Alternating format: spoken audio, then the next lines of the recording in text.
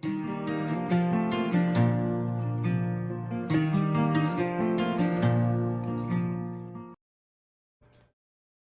and welcome into my latest live stream. Today is Monday, October the 1st, 2018. How did it get to be October already? What happened? It was just September yesterday. That's what happens when you're busy. Life moves really quick. I've got so much to tell you about the last few days, what's been going on. Let me make sure everybody can see and hear me okay. Hello to everybody. Hello. Everybody can see and hear me. Get a good sound check here. I am buried in where you can't even see what's off to the edges. There's boxes and computers everywhere in here.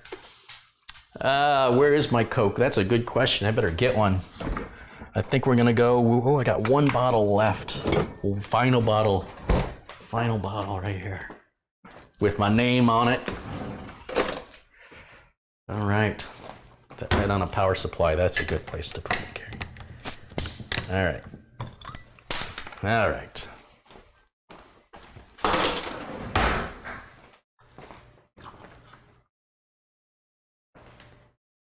Yeah, we got confirmation everybody can see and hear okay.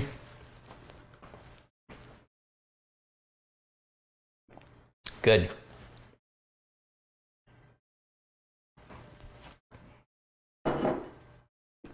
Lots of stuff has come in the mail. A lot of stuff. So let me acknowledge everybody who was kind enough to send their letters, to send their emails, to send their gifts. And let me start with this one right over here. This says, to Carrie, my name is John Paul Bacon. Enclosed is a tool. Hopefully you will find it useful. Enjoy. And what John has sent me is a wearable headlamp. I know somebody else had sent me something similar.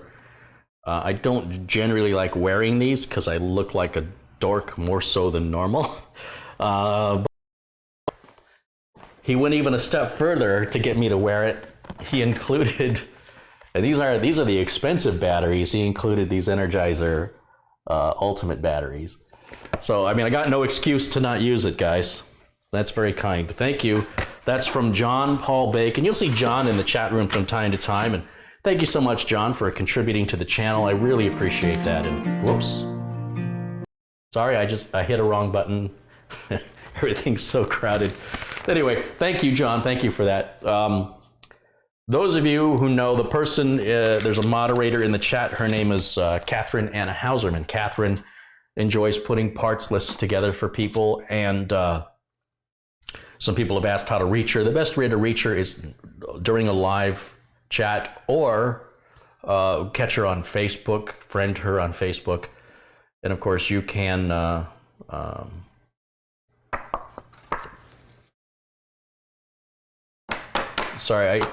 there's a guy in the chat, and I'm going to send a message directly to John Senchek. He says he's my #1 fan. He doesn't treat me like a fan. He treats me like an adversary. I get about, somewhere around 20 to 50 emails a day from John's anti-Hotmail account, where he is spamming. He has become the very thing he's complaining about. So if you're really my fan, you take my email address off of all those emails you're sending. He's sending emails to corporate abuse accounts, which are never read by a human being. They're only processed electronically. And he's CCing my email address on them. So every time he sends a message and it registers as being read or undeliverable, it fires back to me. And so I have to set up spam filters to block anything that's got the words anti-Hotmail in it or John Senchek. He's on a huge block list. So I see my email account go out and check messages. It'll say there's 20 new messages, and then 18 of them magically disappear. And I know those all came from John. So John, if you're truly a fan, stop abusing my email account. You don't have my permission to do that. It's not cool. And it's not something a real technician would do. A real technician knows that those emails are pointless. They don't get read. And if you believe that you're actually doing something for the benefit of humanity, then you have a profound misunderstanding of how technology works. And if you want to do that on your own, don't include me in it. I am so offended by it, you have no idea. So if you're a fan, don't treat me like that. Don't abuse and spam my email address. That's not the way, it's not civil. So I'm asking you to fix it. If you don't fix it, then I'm going to ban you everywhere because I don't know what else to do with you. I can't have these interruptions and you're consuming bandwidth, and I just need to just adjust the filters to make sure I don't see it again. So I'm giving you an opportunity now to make it right, and I hope you do the right thing. Okay. That said, going back to Catherine Anna Hauserman, she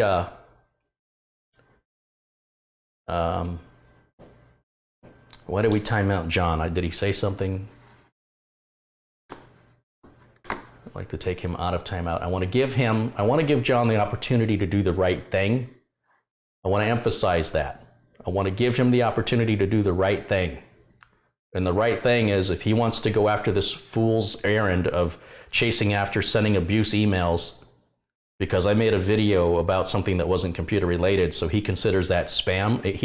He calls himself a tech, and that just goes to show anybody can call themselves a tech. And I'm not out to insult you, but I'm telling you, in the real world, real techs don't do that. You'll never find another tech like you.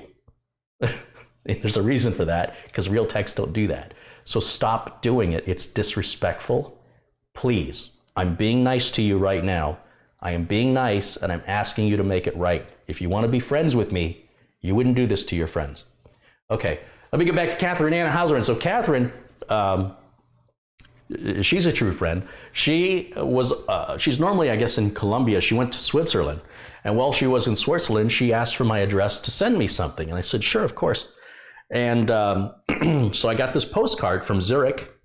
And I'll read it to you. It says, "Hi, Carrie. I hope you and your wife and Lyle and Jimmy are all very well. I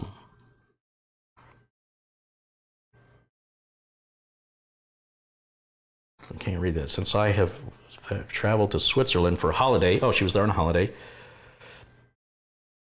"I've been busy and I missed every stream of your YouTube channel. Well, she's busy. I want to apologize." This is funny about Catherine. Catherine is so quick to think she's done something wrong. She's fantastic. I don't know why. She's apologized several times. She once thought I was mad at her. I've never been mad at her. Never, ever. So anyway, I hope very much you'll like my small present, a token of my appreciation for everything you do and all the brilliant insights and teaching. Well, that's very nice of Catherine. So there's a picture of Zurich, Switzerland. And this was in a box that contained, wait till you see this. These are, I'm not sure, these look like cookies. They call them appetizers. But she sent me these Swedish cookies. I guess they're cookies? I'm not sure. They look like cookies. I don't know what's in them. I don't see any raisins, so it should be okay. You know what? Let's get to that in a minute. What's the one thing you could really send from Switzerland if you really think about it? If you're in Switzerland, they're famous for something. You know what's in here? I already know what's in here. A Swiss Army knife. So she went to Sweden. I guess she visited the Victorinox store, and she bought me a Swedish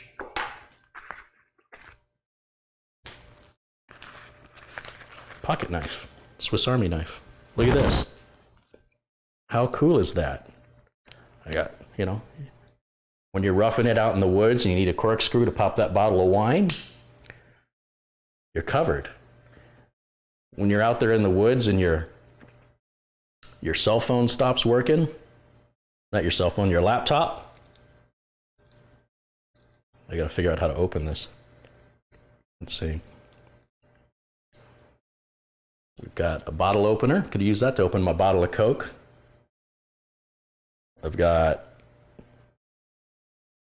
a different kind of bottle opener, it appears, which also, these also work as screwdrivers. You can see at the ends, they're flat blade screwdrivers. And what's this big one? Again, I still have to figure out how all these things open up.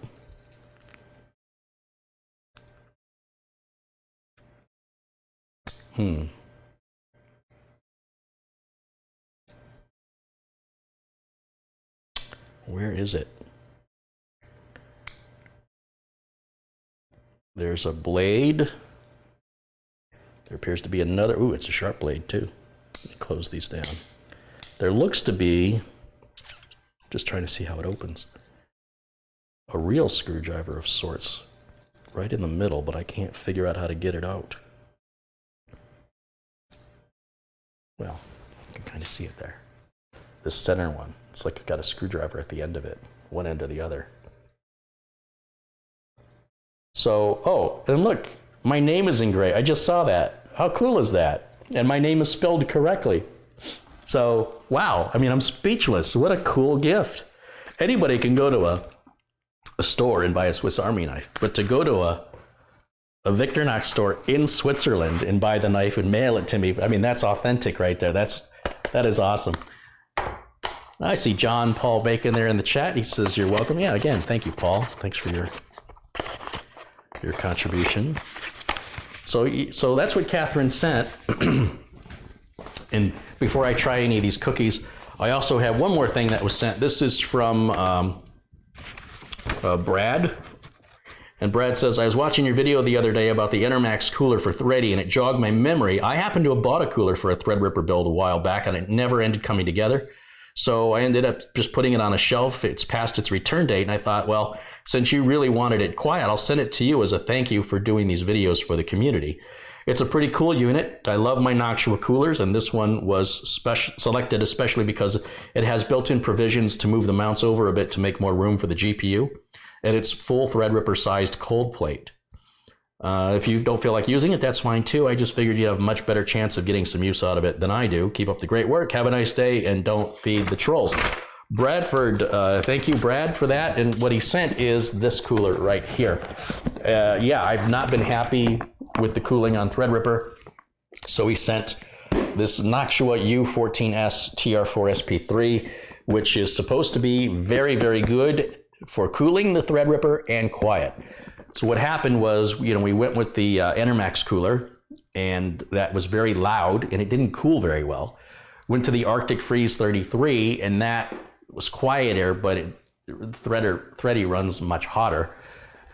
So we'll try this. Now, something that just came in the mail, just one of the reasons why I'm running late today and I didn't start on time, was this package arrived from Enermax today, which is apparently my new cooler. So they just sent me a whole cooler. I wasn't quite sure if they were gonna, make me reuse my fans. They sent a brand new cooler sealed in the box. And what threw me off is there's another box in here from Enermax, which doesn't make any sense to me. I guess because Enermax makes this. Is this so I put this in my ears so I don't have to hear the cooler? I don't quite understand why they sent this. I don't know if anybody else that has done an RMA with Enermax has received a gift for the inconvenience, I guess, of having to deal with the RMA process. I have no idea what I'm supposed to do with this. Maybe plug it into my cell phone. Isn't everything Bluetooth? This is weird. I didn't expect this to be in the box with the cooler, but it does say Enermax right up there. So apparently, I don't know. Maybe somebody could explain this to me. Wayne says it's a bribe or a goodwill gesture from Michael C. Yeah, send me stuff I don't need or want. That's not a goodwill gesture. I'm sorry. Just throwing random stuff you make in a box without checking with me first is, I don't know. It's weird. Anyway, who knows? Maybe I'll like it better than the cooler. So finally, and then I'm going to get on with today's topic. As I mentioned, the microphone I use is dated. It's old. It's the cord is starting to fray and it's affecting my audio quality.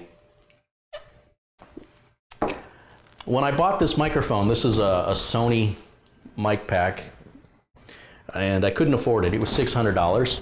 I bought it about 2 years ago, and so I bought it used. I saw one used for $400, and I bought it, and it's in great shape. I've been using it ever since. But I mentioned, if you guys contribute to the channel, the money goes all in the channel. Someone asked if I had like a wish list on Amazon, and I do, but everything on it's very, very expensive. And I said, for example, I want to get a new mic pack, and it's $599, and that's one of the cheapest things on my production wish list.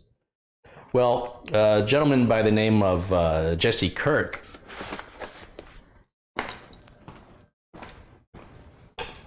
is responsible for this. This is even better, theoretically, than the Sony pack I'm using. It's Sennheiser. It sells for $599. This was part of my wish list. And Jesse said, I want to contribute to your channel. It's just arrived today, brand new in a box. I've had this in my possession for less than 15 minutes. So I can't wait to break this out and try it. It's not just a matter of putting batteries in it and plugging it in. I've got to tune it, and it should have filters and such I can activate for much better audio quality. So I'll do that later, and hopefully by tomorrow I'll have it up and running. I mean, oh, Jesse's right there in the chat. So thank you, Jesse. This is all thanks to Jesse Kirk there in the chat. Yeah. So thank you. Thank you a lot. That's a generous gift. And again, obviously, it's all going towards the channel. It's not going to my car payment. You guys don't have to worry about that. So let's see what one of these cookies tastes like. Is it going to be disgusting or is it going to be delicious? I don't know. I'm scared. Should I be scared? A couple of contributions have come in. Let me say thank you to, let's see, Rochester, New York 87 has contributed $20, was just finishing the Nuka-Cola video, was trying to find the donation buttons on your TechVet site, couldn't find it, maybe blind. Oh, glad you mentioned that. So the TechVet site has been broken for some time. I finally got around to fixing it. And all the archives now work, but I think I lost the donation button. I just fixed the site, and I'll have to go back and re-add the donation button again. But there is a link in the video notes below this video and every video I do that says click here to submit a contribution to the channel. In fact, it's the very first thing it says right below the video. So you can always contribute that way. And anybody who contributes $20 or more, I'm happy to send a case badge to.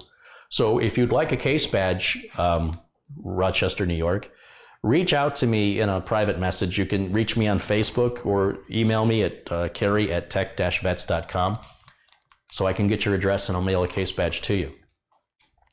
And then the other contribution I missed is Bull142 contributed $10. He says, I've watched you for the last 5 years. You were very helpful when I built the computer. I'm sending this on.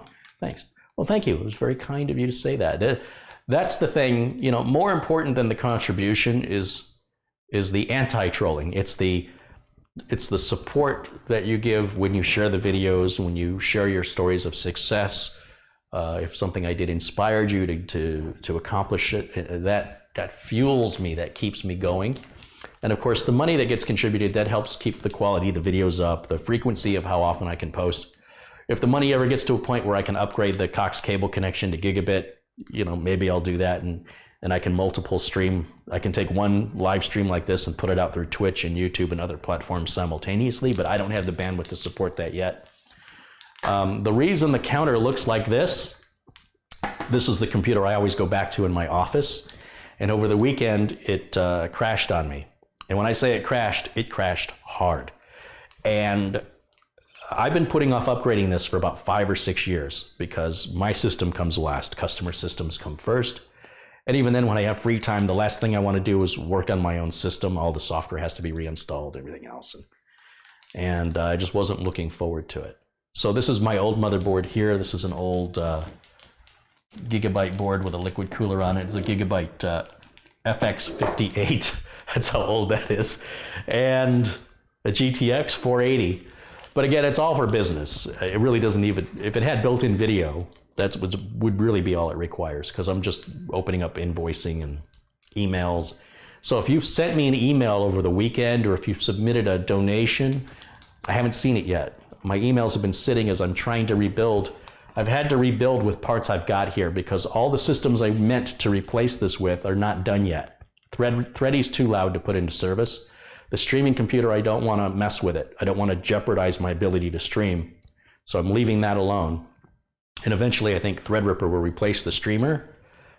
So then that leaves me with either the system I'm building with Mitch, or the system I'll build in the Nuka-Cola case, which I haven't had time to put together, or the eventual Xenos build, which who knows when that'll get done. So I had to put something in place right now And what I had was the Z370 Pro for ASRock motherboard with a i5 8400 and some team memory that was on sale, 16 gigs, and a team 1 gig SSD that was $130 for, not a gig, a terabyte. So that's the terabyte storage in there. And this EVGA 600B power supply, not modular. So what ended up happening, I had a lot of file corruption. I'm trying to recover files here. That's my old hard drive. And the power supply had died on me. What I had for a power supply in here, I had bought a refurbished, this is a huge mistake, folks. Learn from my mistake. I bought a refurbished Corsair 500 watt. It was a 500M, like a CX 500M modular power supply, refurbed for like $35. It had a 1-year warranty on it, and it died just under 2 years. And what happens, remember I said I never turned the computer off. So when my computer started crashing, I had to shut it down to work on it. And when I went to turn it back on, it wouldn't come on anymore. The power supply would act like it's working, but the motherboard would never initialize. It would never post. So I ended up giving that to a friend so he can diagnose it. He likes to repair stuff for fun. I'm like, here, if you can fix it, you can have it. But it emphasizes what I've been underscoring all along, and that is the cheaper you go with your parts, unless you're getting something on sale. If you're buying no name brand or parts that are from questionable sources like eBay, you're going to have more problems than other people. And you might pat yourself on the back for thinking about how much money you saved, but ultimately you'll be paying in your time. So this is why I'm the guinea pig. I don't make my customers a guinea pig. I will live day to day with this ASRock board and see how it performs. One thing I didn't like right out of the gate is I don't like that the fan header for this rear fan is all the way over here. Also, I didn't know my front fan on this Corsair case had stopped turning. So I went ahead and replaced these two Corsair fans with Corsair 120s. And just because I had them in stock. They've been sitting in I've had them for about a year and a half. And there was something else about the board I didn't like. Can't remember what it was, so must not be too terrible. Oh, I don't like, this ASRock board is designed for Wi-Fi being added on, so there's these two holes in the I/O shield. The whole point of the I/O shield is to not have holes. Otherwise, you might as well, if you don't have an I/O shield, you just have a big hole right back here. So I don't like that at all. I think that's pretty stupid. But I guess if you wanted to add Wi-Fi to this, there's a slot for like somewhere, like an M2 slot. That's an Ultra M2, that's an Ultra M2. Sometimes there's a Wi-Fi slot, and then you can run your antennas out through the back, but I think that's stupid. You can just throw a Wi-Fi card in or add USB. You don't have to make it this complicated. So that I don't like. But ultimately, we'll see how it performs and how reliable it is. But I want to emphasize going cheap on stuff. And while I do recommend buying refurbished items, I cannot recommend buying a refurbished power supply because I don't know how you test properly a power supply. There doesn't seem to be a way. So with power supplies being as inexpensive as they are, it doesn't make any sense to save, what are you going to say, $5 or $10? I also don't like the modular power supplies for me because I have so much stuff, I never know where the modular cables are. So I much prefer to have a regular power supply where there's no concern about where did my cables go. That is a big issue when it could be years before you ever need those cables, and especially in a business environment. So that's going to be the new machine. I'm reusing the case. You'll see I've added here, there's a 4-port USB 3. That motherboard is only SATA 2 and USB 2. So I had added a card by Renesas to give me USB 3. I was kludging a lot of stuff to keep this thing running, and it's well past its retirement, well past it. That system's over 10 years old. So that just goes to show you how I prioritize my customers over me. Sort of like a mechanic that fixes everybody's car and drives a jalopy himself. But I have a lot of systems in the works that will eventually, that's the plan, take their place, except those systems are always available for sale. So if anybody at any time contacts me and says, hey, I saw that video where you showcase that system you were building, would you sell it? The answer is always yes. I always will sell it because I can wait. I can always build another one. So, but other things refurbished, I think refurbished laptops. Things that are really complicated to test, like a smartphone, I don't think I would spend for a refurbished smartphone because there's too many things, little tiny things that could get high quality control that you'll have to live with because you wanted to save $100. Spend the extra $100, get the new phone with the full warranty, unless you can buy refurbished with an extended warranty, something to give you some peace of mind. Otherwise, I'm just not a gambler, guys. And if you're a gambler and you're trying to be in business, those things generally don't mix unless you're a really good gambler, and I'm not. Like if I go to a casino, I always lose. Always lose. So my joke is I should just drop 20 bucks in the parking lot or 100 bucks, whatever my budget was for the casino, just throw it into the parking lot and leave and save my time. At least that way I win. Let me open this up. I'm really curious what this is going to be like. Ooh, it's soft. Appetizer, car-ey-lyst. That's what it says.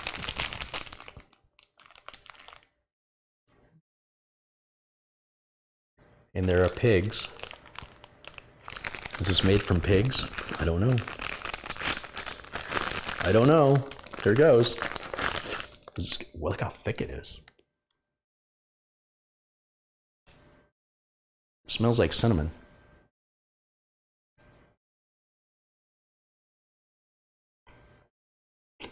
It's like bread. It's not like a cookie at all.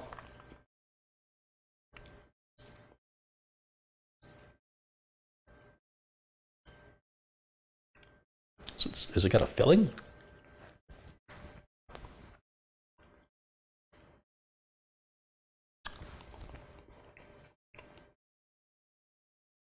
It's almost got like an apple.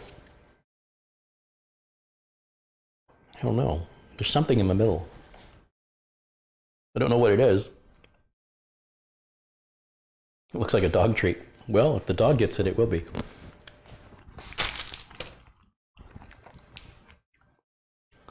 It doesn't have a strong flavor one way or the other, which is always good with me because I'm my favorite ice cream is vanilla. If it's bland, I like it. Bland and bitter, just like me.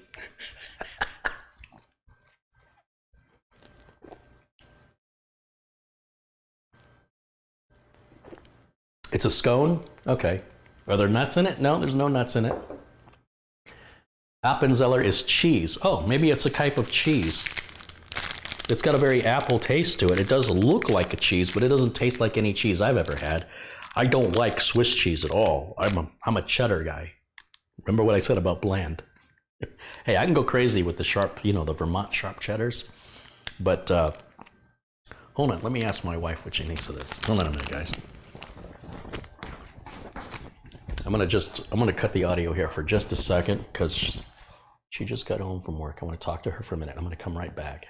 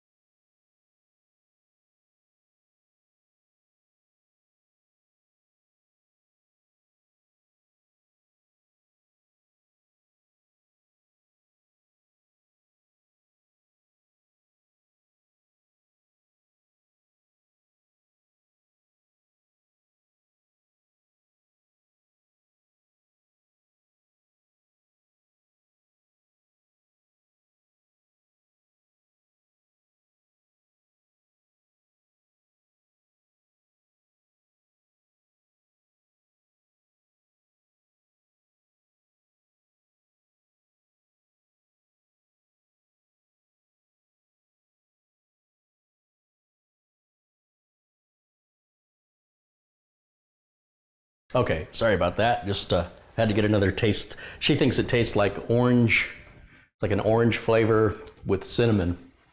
It's different. It's nothing I've ever had before. So part of that is it's something I would say I don't dislike it. So I'm gonna just leave the rest of it for right now, and I'll come back and revisit it, because maybe after I think about it for a while, I'll start to like it. I did finish the book from Elon Musk. Recommend it. Great book if you guys are interested. By Ashley Vance is the name of the author. Very well done. I like how the author didn't take sides. They didn't idolize Musk. They didn't pull any punches. They talked about the controversies. They took both sides of the story, from Elon's side and from the other folks' side of the stories. And that's all you can ask an author to do. You know, don't pick sides. And then the author can tell you his personal views, which he does. And it was a great read. Really enjoyed it. So that's inspired me now to pick up my Steve Jobs book, which I bought a long time ago by Walter Isaacson. I've never read it, but that book's like this thick. But why not? I've been reading lately, so I'm going to get back into that. Carl Telenilla says hello. Hi, Carl. How are you? So once again, my thanks to everybody who sent these fantastic gifts. It's just like Christmas here. I like a little kid when I get that stuff. I'm like, ooh, let's see what's in here. Is this one got anthrax in it? Let's see. Is this one going to blow up when I open it? Let's make sure we get that on video so we get the views. But none of you guys are crazy. You've all been very kind and generous, and I love it. So thank you so much. What do I think about Elon Musk? I personally, I think he's a genius. And I think we're lucky that he's in our life. Oh, let's see. I think I have a telemarketer calling. Hello? Hello?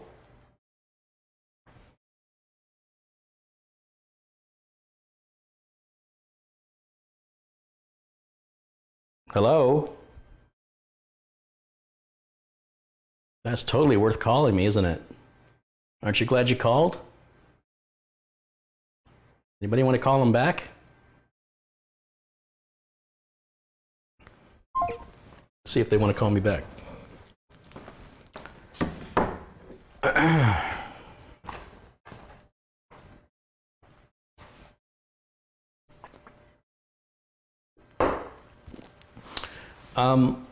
Yeah, I think Elon Musk, Steve Jobs, Bill Gates, Larry Page, all these guys are very intelligent guys. But the difference is Elon's not in it for the money, and that's very unusual, especially in Silicon Valley. We could certainly see Jeff Bezos, who's the rich, and I think he's a genius too. I could see Elon Musk surpassing Bezos in financial. And what's interesting is because Elon doesn't care about the money, but I could see Tesla becoming $1 trillion company. If he can, I so badly want it to. I'll take a Model 3 Tesla. I'll take the crappy one. I really will. I'd be so happy to have it. But if he can, start cranking these cars out faster, when he can crack that nut, there's things about the Tesla you don't even understand. I mean, the car is made out of aluminum. They don't make cars out of aluminum because aluminum tears. When the stamping machine hits aluminum, it tears it, or it leaves like struts marks across it. The big automotive manufacturers don't use aluminum for that reason. Elon figured out how to do it. And now since then, he's been copied. And like I think the Ford F-150 has some aluminum side panels. But because of the weight of the battery pack, he needed to reduce the overall weight of the car in order to keep its performance up. And he had no choice but to solve the problem with aluminum. Just little things like that you would never, ever know. Everything is controlled through the touch screen. But there's two things that have to have buttons because the government requires it. Like your hazard lights have to have a separate button. So Elon's fighting these archaic rules, saying it's all unnecessary now. And over little stuff, just millions of little tiny details that have to be covered. When you approach a Tesla, like a Model S, the door handles pop out when it senses you, when you've got the key fob in your pocket. And then when you open the door, the handle fits flush. Now, he didn't have to do it that way. Corvettes in the 70s had a flush door handle and you just pushed it in. No, no, no. And the engineers, when Elon said this is what he wanted, and the engineers said that's too hard, we're just going to do it this way. He said, you're fired. All right, your job is to make those door handles pop out. The guy says, okay, I'll get it done. I love that about Elon. You never go to Elon and tell him it can't be done. You go to Elon and you say, this isn't going to work, but we can try this and we can try this and we can try this. And Elon will be okay.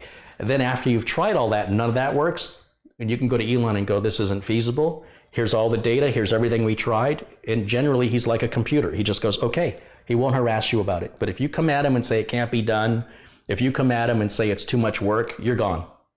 You're standing in the way of progress. You don't belong here. We want ambitious people here. And I really appreciate that. And some people say that makes him treat people poorly, but he's a man on a mission. He doesn't have time to screw around. Time is of the essence. And every minute that's wasted is costing him money and preventing the human race from evolving. And it's a bigger picture than what your feelings are. So I get it. I totally get that. I would work for him in a heartbeat. I think he and I would see eye to eye on a lot of things. Chunkier Fish has contributed $2. He said, Steve Jobs sold OEM garbage to zombies and made bank. Well, Steve Jobs, like Elon, when Elon sits in a car, in a Tesla, he says, I want this here, I want this here.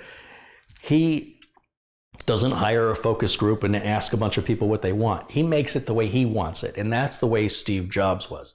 Jobs said, I want it to look this way. I want it to feel this way. It's got to have these menu options. And when a CEO is in tune with what the customer wants, that's pretty rare. Usually the CEO is in tune with what the shareholders want.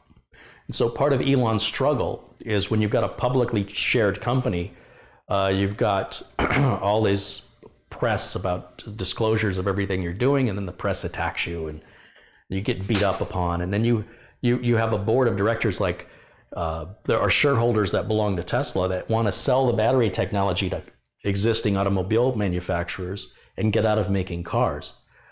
The investors want short-term gains. They don't care about the long game. It's what can I make today? And as far as they're concerned, they don't want Tesla making cars. Take the battery technology and sell it to Ford and Toyota and Chevy. Sell it to those guys. Get out of this business. It's crazy to be in this business. It's highly competitive. And Elon has to tolerate these obstacles in his path because he needs their money to finance what he's doing. And that's why he got in trouble by saying publicly that he was planning to take the company private again. He will not make SpaceX public. Not until he lands on Mars. When SpaceX is landing on Mars, then he'll take it public. Because the investors don't care about the long term. It's all about how much money can I make today? And I don't care what you're trying to do, Elon. I'm just here for the money. So Elon has been trying to take Tesla private, just like Michael Dell took back Dell as being private again. When you go public, you have to listen to what the shareholders tell you, and you have to do what they say. And if they decide to sell or to replace you or to sell the company off and break it off into pieces, if you don't have controlling share, you've lost your own company. So Elon lost PayPal that way, and Elon lost Zip2 the same exact way. So Elon said to the board, don't sell PayPal yet. It's going to be worth a lot more money if you just wait. And they said, nope, we're not waiting. They sold it. Do you know how much PayPal is worth today? It's crazy. And Elon's frustrated because PayPal doesn't do any of the things that he was wanting it to do. And he may go back and reinvest in that. He's also got an idea for an electric plane, a plane that would take off vertically. He's got an idea for space travel to just have you shoot straight up into the air in a rocket, break the atmosphere, let the Earth rotate below you at 18,000 miles an hour, and then land you back down wherever you wanted to go. You can go anywhere in the world in 30 minutes. Straight up, let the Earth rotate below you, straight down, or off, left or right, depending on where you're going. But he's too busy to deal with electric planes and rockets to do that. He's got the Hyperloop going on. He's got Tesla. He's got SpaceX. He's got Solar City. Most people, when they're CEOs of one company. This guy's, how does he do it? And then he has time to do interviews with Joe Rogan for 2.5 hours. It's admirable. And to watch him when he talks, he's so introspective. When he gets asked a question, you see his eyes, almost like he's reading something. His eyes move. He takes his focus off of the person he's talking to, and you see him.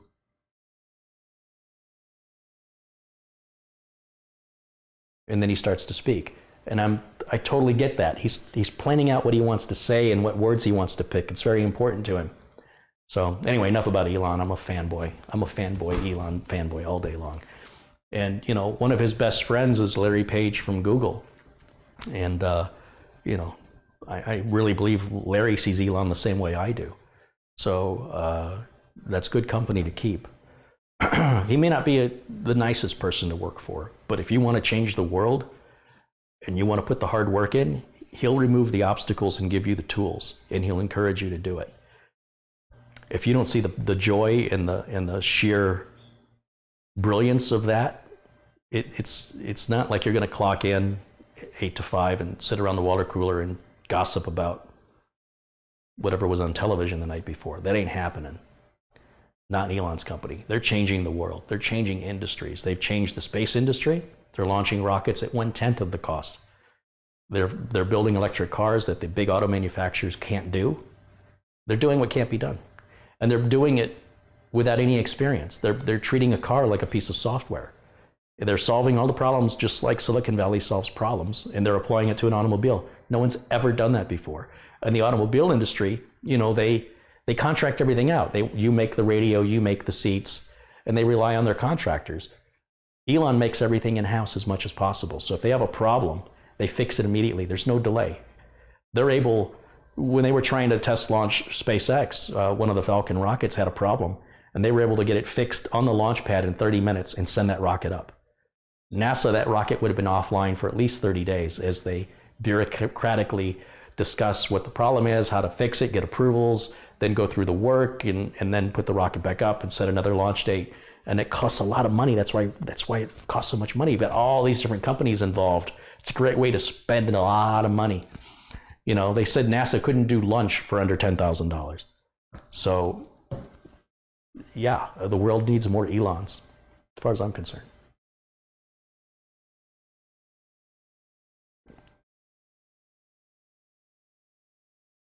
So the book by Elon Musk is by an author named Ashley Vance. There's a lot of books on Elon, but this is the one where he actually participates in the book, which was unheard of. And the book I'm reading right now isn't really a book at all. This was I was so disappointed when I got this. This is about Bill Gates. Can you imagine your life being put down into 85 pages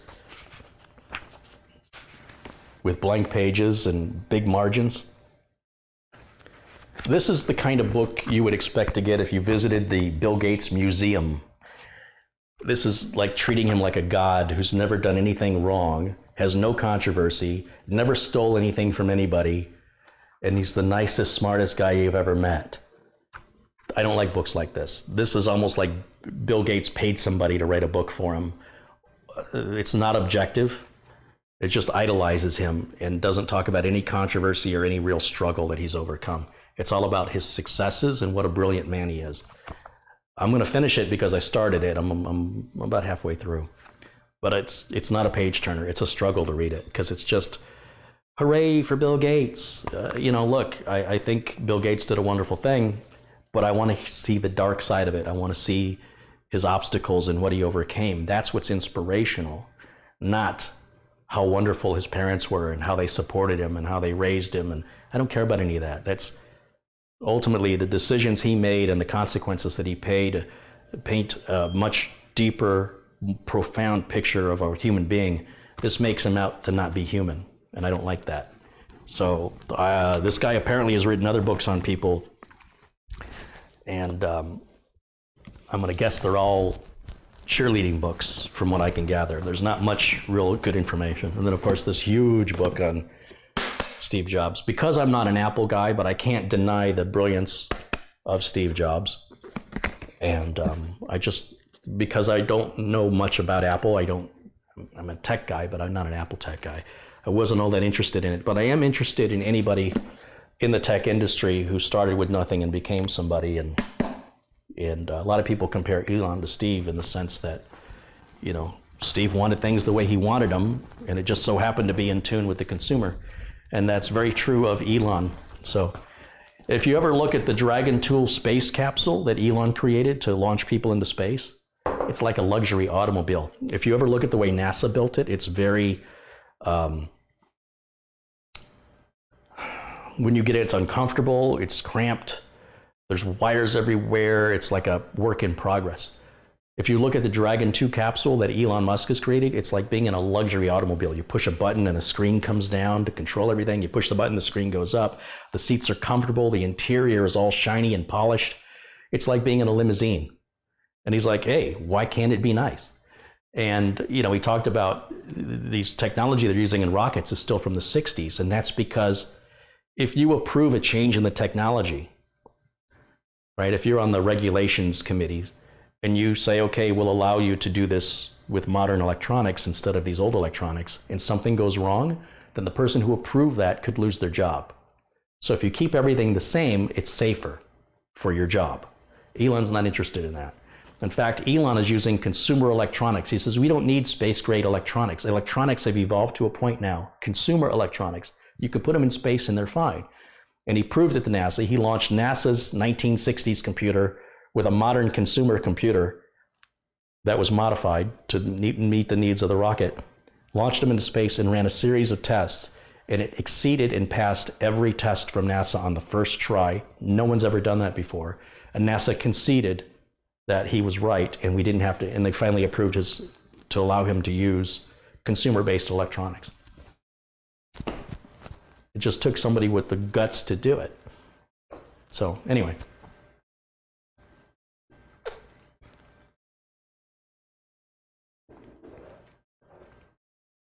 Elon, if Elon's guilty of anything, it's that he's optimistic. You know, he thought he was going to launch a rocket in a year after forming the company, and it took like 4 years. He thought he was going to have more cars faster, and it's taking longer. But Elon's thinking that everybody works the same way he works. Elon's thinking in a best case scenario, and if nothing goes wrong, this is when we should have it. So he's realized that now, and he's stepped back and adjusted his estimates. He's adding more time onto his estimates, given his previous experience now, to adjust expectations. But he has delivered on everything he ever said he was going to do. He's always done it. And it's very easy to point at somebody and say, you're never going to do it. You're crazy. Well, that's what they said to Thomas Edison. That's what they said to, you know, trying to think of the Mercedes-Benz guy, Carl Benz, who invented the internal combustion engine. You go against the vast majority, you know, the Wright brothers. You could go on for history. It's the same thing over and over. People are so unevolved. We should support one another. And it's so easy to prophesize failure. It requires no effort. And I like what Elon said. And it's something I'm going to try and remind myself of. It says, I'd rather be optimistic and be wrong than be pessimistic and be right. And I think that's a very, very powerful insight. And somebody like me needs to hear that, because I tend to be very pessimistic. I always think of the worst thing that can happen and hope I'm wrong. And I don't know that that's the right approach. I think the right approach should be more optimistic. But that's going to lead me into talking about the computer repair business, which is the title of this video. And there seems to be a lot of interest as of late from viewers that have asked me about starting a computer repair business. And people will ask things like, what tools should I buy? I get this question a lot. Or what certifications should I get?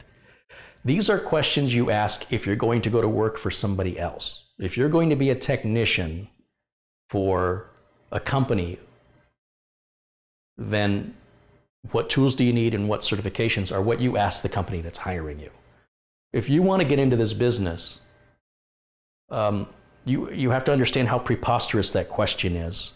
And the best way I can give you an example would be, let's say you're a chef. A lot of chefs would like to own their own restaurant.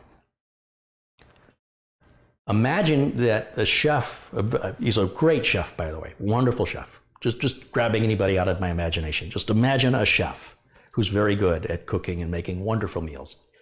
And they say, I want to own a restaurant. And you think, yeah, that's a really great idea. And they say, all right, what pots and pans should I buy? And what dishware should I buy? Why are you thinking about that? What has that got to do with running a restaurant? So in the same way, if you want to become a technician, You've got to first focus on getting the work. You've got to focus on marketing, making people aware you exist, and get the jobs. So if a job you get is fixing a laptop and you need a Torx T10 screwdriver, go to the store and buy a Torx T10 screwdriver or a Torx kit. And that'll be the first tool you bought. And then get your next job. What's my next job? I'm going to fix an HP desktop. And I'm going to install a solid state drive. And I need certain tools for that. Go buy the tools you need for that job. Over time, you will acquire all the tools you need for the kind of work you end up doing. You can't even predict what kind of work you're going to do until you go and get the work. You've got to get the work. That is your first concern. It'd be like saying, I'm going to write a book, help me pick a cover. No, that's the last thing you do is pick the cover. Write the damn book. Then let's talk about a cover. So when I hear people talk about this, it shows me how ill-prepared they are to run a business. When you see the CEO of a corporation, like the CEO of Arby's used to be the CEO of a hotel chain, you think, what does a guy in a hotel chain know about running a fast food restaurant chain? Business is the same. That's the brilliant thing about business. And that's why when people ask me about going to college, what degree they should get, I always suggest an MBA, a Master's of Business, because you can become CEO of a company with an MBA. You can run just about any company with an MBA. If you want to be a technician and run your own company, then you want to combine IT information technology degree with an MBA. Take those two together, and then that way you have both skills. You'll find the MBA job pays a lot more, and you can hire people to do the IT work. The IT work itself is no big deal. It's like the actual cooking that gets done at a restaurant is no big deal compared to getting the customers in the restaurant, having a restaurant that customers want to go to, that customers can find, and that when they're sitting and dining in it, that it's a pleasant atmosphere. The actual cooking of the food is way, way down on the list of things to do. So I'm going to share something that happened to me today, which was very disappointing. I've had this client for about 10 years. And I send retainers out to my clients every 3 months. So October 1st, which is today, means it's the fourth quarter of the year. And the last retainer went out, which would be October, November, December. And what I do for my clients is I let them buy, in this client's case, they buy 10 hours a month in bulk at $100 an hour. If they want to call me hourly, then I'm $125 an hour, but I think I need to raise it up now.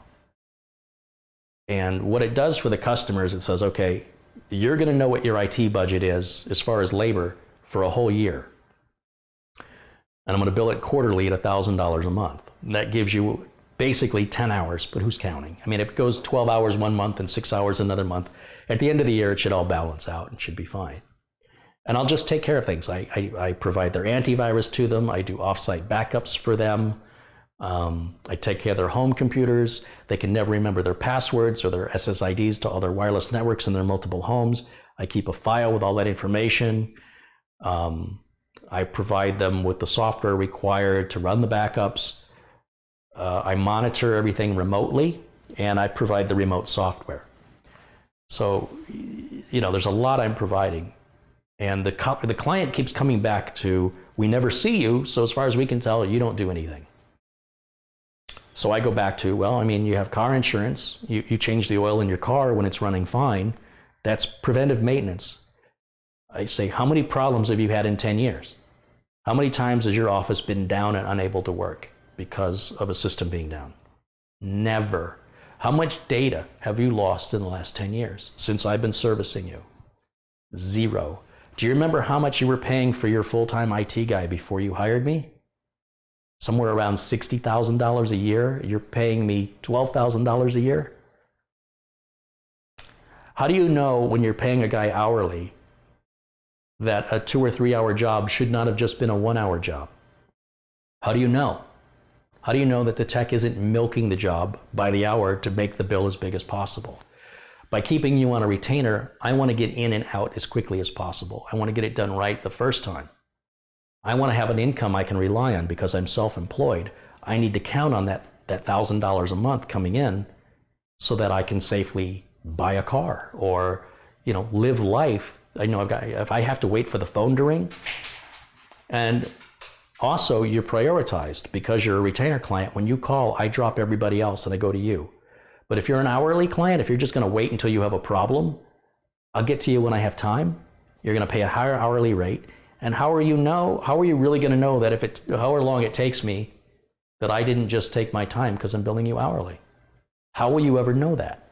So I find it to be an advantage for everybody to lock them in a retainer. I take care of their home computers. I take care of their employees' home computers. I think they're getting a hell of a bargain. The backups alone are probably worth $1,000 a month, at least $500 a month for the backups. And they just don't get it. And I said, well, I don't want to jeopardize the relationship. Even I can respect they want to go another direction. They did that before. I was with them back around 2003. They hired a guy, he screwed them over. They were down all the time. They had all kinds of data loss. They got sick of it. And they were paying all kinds of money, well over $100,000 every year. For a relatively small company, this is a lot of money. And when they got fed up with it in 2008, they called me back. And when they called me back, I raised his rate. He had to pay more, but I never ever raised his rate again. So what clients do is they wait until they live with a problem if they can live with it, until they can't live with it anymore. And then it becomes a huge mess to untangle. It gets expensive. It's frustrating because they're down and they're blaming you for not being able to fix it faster when they should have called you immediately when the problem first surfaced, but they didn't want to because they know it's going to cost them money. So instead they wait till the system doesn't work at all, and then they want you to untangle all of that mess and do it quick and do it cheap. Well, it ain't going to happen. Now, they're going to have to upgrade all their systems to Windows 10. They've got a little over a year to do that. And I'm kind of relieved that that's not going to be on my shoulders because they're going to have to replace some software. They're going to have to be trained. And on a retainer, and this is where the retainer kind of hurts me. Sometimes I would visit their home and take care of their problem and they want to chit chat. And I'm like, look, I've got to go. Oh, would you look at this other thing? And I start getting visibly upset and they think, well, geez, what's his problem? My problem is every minute I spend here takes out of my profit. I want to get in and out as fast as possible so that I have a profit at the end of the month. So sit here and just, while you're here, would you look at this? If I was billing hourly, I wouldn't have a problem with that.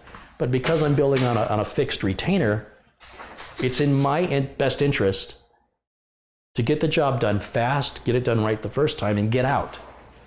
And so they saw that as me being very rude. And it's like, well, I'm trying to keep my expenses down so I can keep your retainer cheap. If this is how you want to do business, then I need to adjust the retainer to accommodate for this extra time. Otherwise, I have to go. I got a lot of other people to help.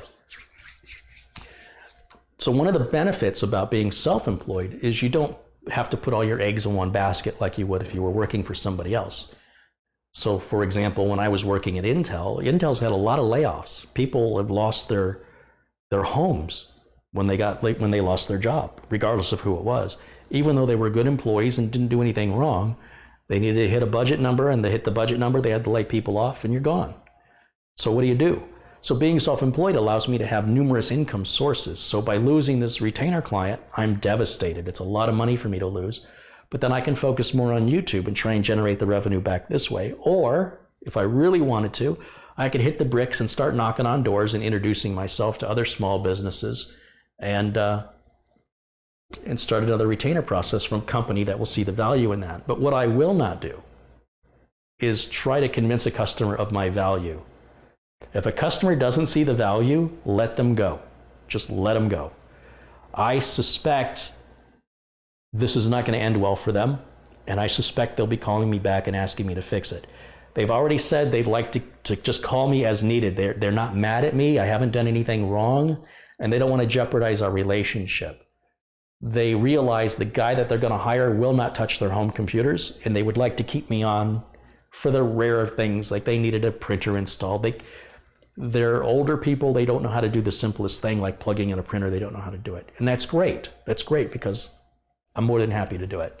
And for $125 to $140 an hour, we'll sit and chit chat. If you got something else you want me to look at, no problem. Complete different attitude on my part. So this is the complexities, for example, of running a business that you don't have to worry about if you're just the tech. So you'll see what this customer did, right? This customer was sent an invoice on the 14th of the month and gave them 2 weeks to pay. Today, the check was due, and today I got the phone call that we've decided to go a different direction. They waited to get as much out of me as they could with all their problems, which I would have taken care of anyway. I mean, they're still on retainer, but they could have told me 2 weeks ago, hey, in 2 weeks' time, in the meantime, you're still on the retainer and we need this work done. They didn't have to do it this way. They didn't give me any notice, is what I'm trying to tell you. And yet, if you were an employee, you would be expected to give 2 weeks' notice as common courtesy. In the state of Arizona, it's a right to work state, and that means that neither the employer or the employee owe each other anything ever. Giving notice that you're going to be laid off or terminated, or letting an employer know that you're quitting or resigning, does not require notice by Arizona law. It is a simple courtesy. And that's why when I had problems with some employers, like the time I mentioned where I walked off a job because I was so disrespected and I was treated so poorly, and when I brought it to management's attention and we sat down and we talked about it, management basically said, tough luck. And and it's like, okay, if that's how management wants to treat it, then I'm going to just walk out and say tough luck. If that's what they're going to give, then that's what they're going to take. And being self-employed, I really don't have those problems. So if a customer is hemming and hawing about, why should we pay you this money? I'll tell them why. I have no problem explaining what I do. But if I have to go further than that to really justify to the customer what my value is, it's not worth my time. Because me and this customer, we've been through this before. We did this 3 months ago. They had me on the fence. They're like, I don't see why we should keep you. And I said, well, here's what I do. You've never paid for antivirus. You've never lost data. You've never had any downtime. I've never raised your rate ever in 10 years. You're paying me the same today that you paid 10 years ago because I'm rewarding your loyalty. Even though the cost of living goes up, you've moved offices 3 times, which has turned my world upside down when everything has to be reconfigured again. And I've done all of that without nickel and diming you. I even ran a cable that your other guy was supposed to run. I don't do cabling anymore, but I did it because it needed to be done. I didn't bill you for it. That's what everybody else does. They will nickel and dime you for every little thing, and I don't play that game. And they said, oh, yeah, okay. And then they said, okay, we're going to keep you on. Then 3 months later, we're right back to where we started from. And I'm frustrated. I don't deserve it. And I'm not going to waste any more time. So when this customer calls, they will not be a priority to me anymore. I will, however, always remain professional, and I will service them as time permits. They are no longer a priority. They will be billed every time I have something to bill them for. No more giving away anything. It's done. Not with this client. This client wants to nickel and dime me. I'm going to nickel and dime them right back. The client is not short on money. The client has more money than you can possibly imagine. So this is completely, in their way, they're saving money, but they don't comprehend how much this is going to cost them in lost revenue, in lost time, in downtime, and in problems, and that I won't prioritize them anymore. So when they call, I'll get to you when I get to you. And if you want to call somebody else in the meantime, go ahead. And as long as they keep piling on the problems, it means by the time I end up getting there, and I'm sure I'll get there eventually, the problem will be much more compounded and worse, and that means more money for me because they were impatient, and because they tried to save money, it's going to cost them more money. They've already done this before, and we're doing it again. On the other hand, I'm not going to sit here and wait for them to call me. I have business to take care of, and I'm going to put all my focus and my attention on my paying clients, not on them. So they're no longer a priority to me. And it's sad because you think there'd be some loyalty involved. We like each other. I've done nothing wrong, and they have no justification. There's no raise in the rate. There's no loss of data. There's no downtime. This is strictly they think they can get the same thing cheaper. Well, let them go and get it cheaper. If they think they can do it and they're successful, then we'll both be happier because I don't need the stress. So When you're dealing with your own business, you've got to understand that even when you do everything right, you can still lose the job. And the difference primarily is that you can have multiple sources from income. So I've got YouTube as a source of income. This client was a source of income, but none of these income sources are enough to live off of. They have to be combined. So I have a choice right now. I still have other retainer clients, which, by the way, I haven't received checks from either of them either, which is odd. And I have YouTube. I can choose to invest more time in YouTube, or I may choose to hit the pavement, start knocking on some doors and introducing myself and offering my services. I really don't want to do that because when I put somebody on a retainer, it costs me money. What it means is basically I have to come in and I have to completely revamp and reconfigure every computer, every network, every bit of hardware has to be reconfigured and adjusted, and it's extraordinarily time consuming. But once that major investment is done, then the following months of retainer collection should be mostly profit. It takes me, so let's say I go into a business and I bill them quarterly. I won't make any money the first 9 months. I will put more time in than what they're paying me for. But the idea is that if we base this on a year, based on what I know of the business, this is how many hours you should need for regular maintenance once everything is settled down. So what I do is I invest my own time, however long it takes. It could be there 40 hours, 50 hours, 60 hours to get everything where it needs to be, so that the next retainer, I don't make any money. And the retainer after that, maybe I break even. And the retainer after that, finally I have a profit. But they're not signing a contract with me. It's like I said, it's a right to work state, although a contract obviously may be something to consider to avoid being taken advantage of. But this is all part of running a business, which, as you can see, has very little to do with computer skills. Very little to do with it. That's why a CEO from a hotel can go be a CEO at a fast food company, because all of that is the same in every single business. So when people contact me and they say, how can I'm starting my own business, what should I charge? I can't tell you what you should charge. I can't tell you what you're worth. That's up to you to decide what you're worth. How much are you worth?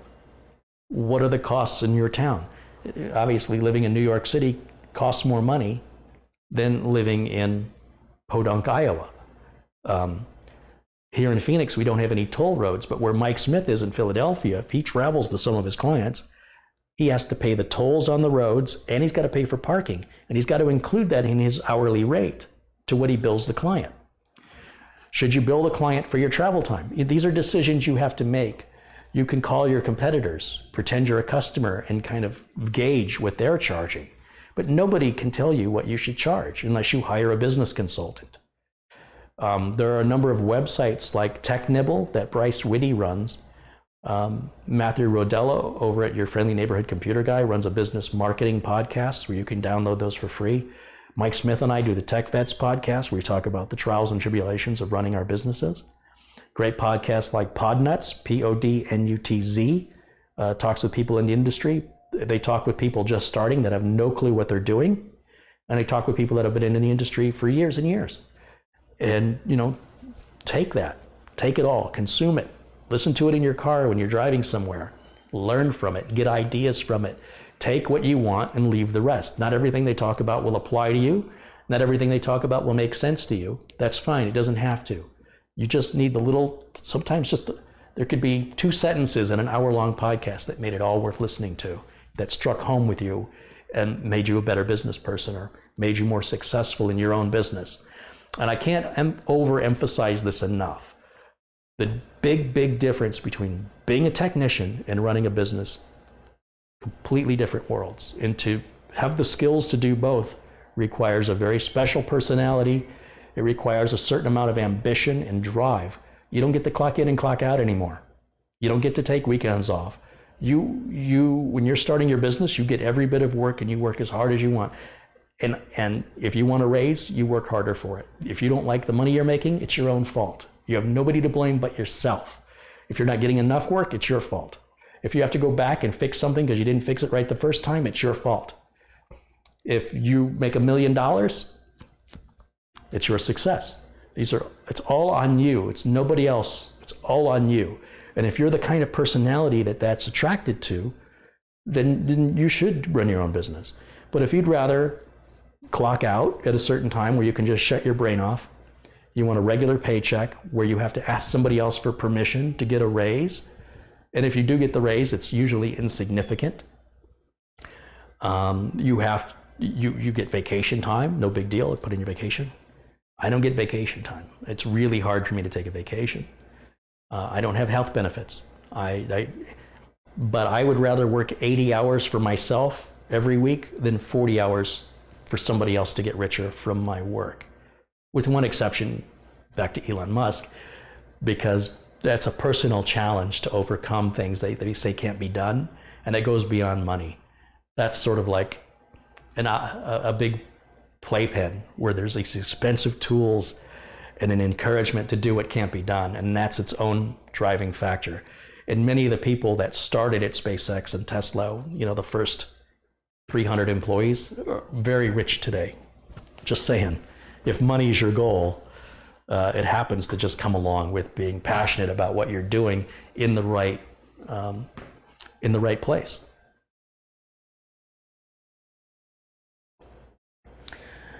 Terry McGill's contributed $10 Australian. Thanks for helping me pass my courses, your IT courses. Awesome, Terry. Congratulations. Does anybody have any questions about the IT business that I can address for you? I like to talk about the nitty-gritty. I like to talk about the dirt and the warts. It's not all glamorous and easy. Here I give this free advice on YouTube, sharing my experiences. Nobody can tell me that I didn't experience something, and yet people will jump into the chat and tell me I don't know what I'm talking about, when they themselves use a fake name and refuse to disclose who they really are in the real world, but then they get upset if I won't take them seriously. I will tell you right now, if you're the kind of person that likes to be anonymous, but you want to be taken seriously, those two things don't go together. And it doesn't work in the business world at all. You will not succeed in the business world like that. If you want to be taken seriously, you need to stand up and be counted. And that means you say, this is my real name, this is my website that shows, or you could Google me and you can see my work history, you can see how I've contributed to articles and magazines, how I've given presentations to communities, community centers, how I have perhaps worked as an instructor. You need to be able to tell people, for people to be able to verify that you know what you're talking about. To walk into my YouTube channel, to walk in with a fake name and then tell me I don't know what I'm doing, yet you have no videos. You could be 5 years old, just goofing off. I cannot take you seriously. You don't get to decide if you're my peer. I decide if you're my peer. And if there's nothing I can do to verify anything you're saying, then nothing you say matters. Not to me. If you're, at least nothing you say with regards to telling me how to do my job. I've been doing this job 27 years. So I don't need, it's foolish to it's profoundly arrogant to put yourself up at my level and tell me how to do my job when you won't even use your real name and you don't have any videos on your channel and you've got no verifiable history of accomplishment or education. And yet, because I want to give this information out freely, I have to endure this nonstop abuse. It's a crazy world we live in. So let me see if you got any questions on IT. Sim Aviation's contributed £5. Thanks for doing these videos. Been a great help for me building systems. Thank you. Thank you for your contribution.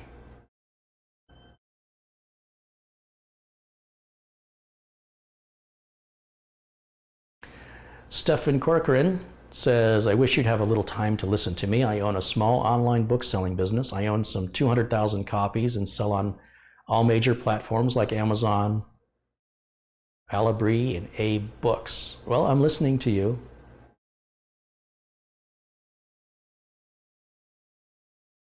Rich Robbins says, when it's obvious that the customer broke it and they say it was for something you did, what do you do?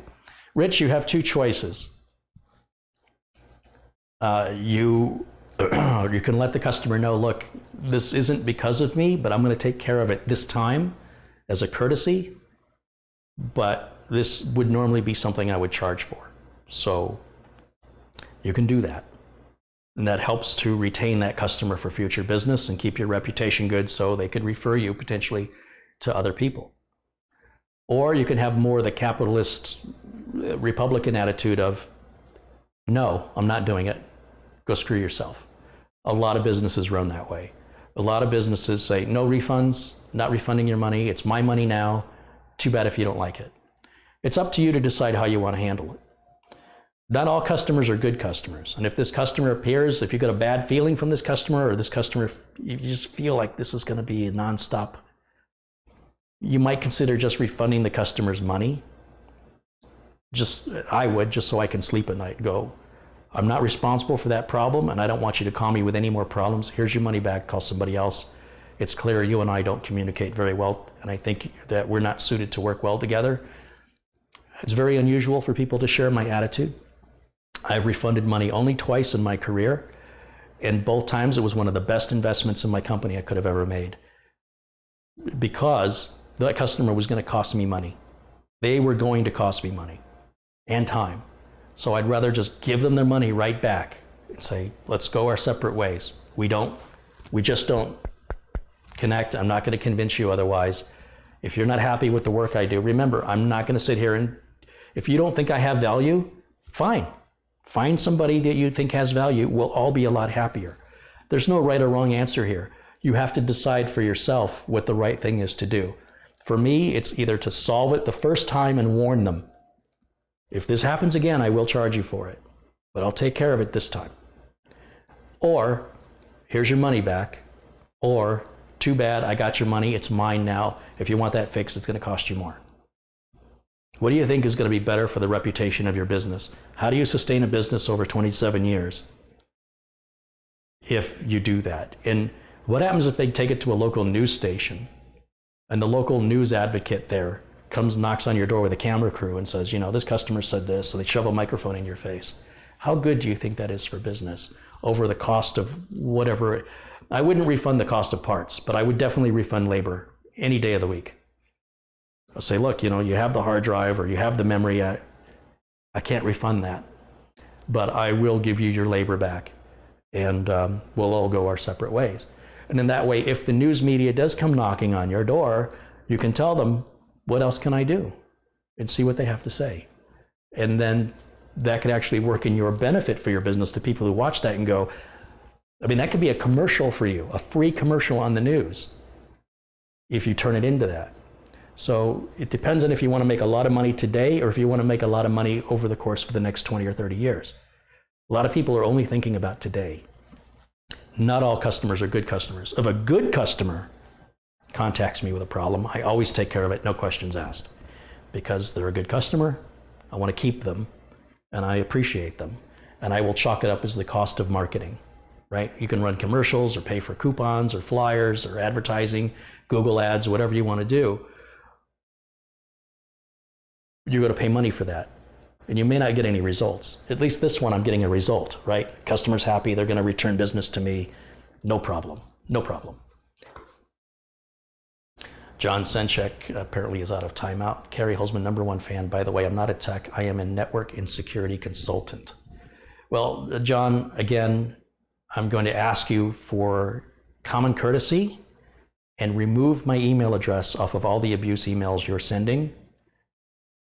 And you and I will be good. We can be friends. But if you don't do that, you're no friend of mine. And I will do everything I can to filter and block you out of my life, which usually involves a few clicks. If you know anything about computers, you know how easy it is to make somebody virtually disappear. I don't like to do it, but you're not going to leave me any choice. Please do the right thing and let's be friends.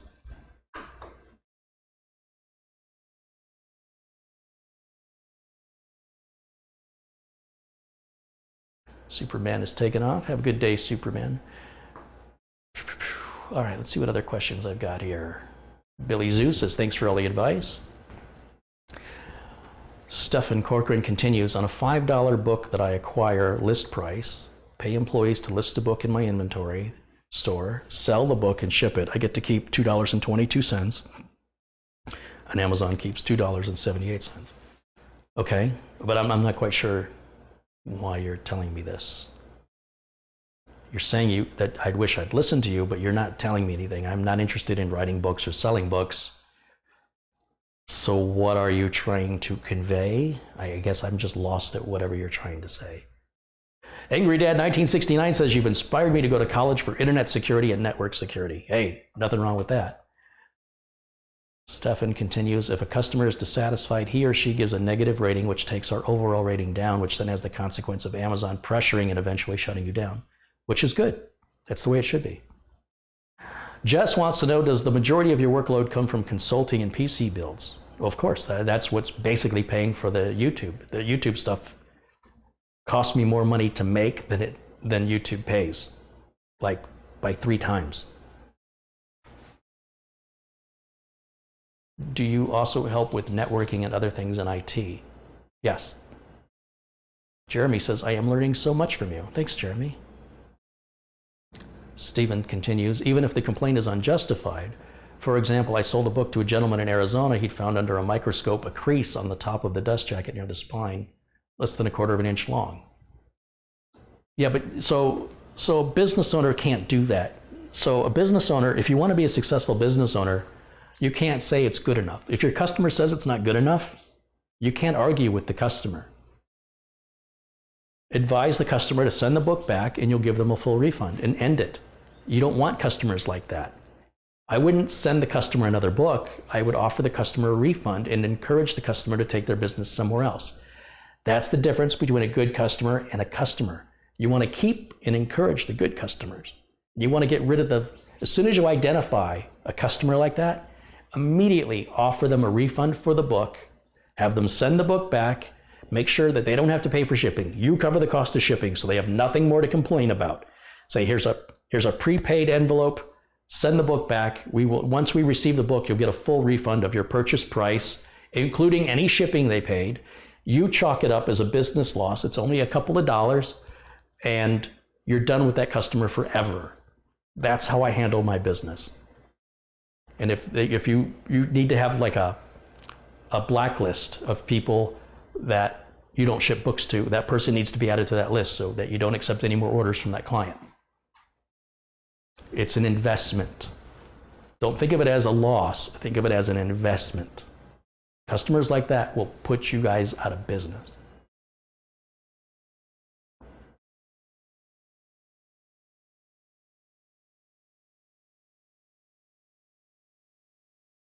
What do you think of Schiller that warped the fact? I don't know what you're talking about.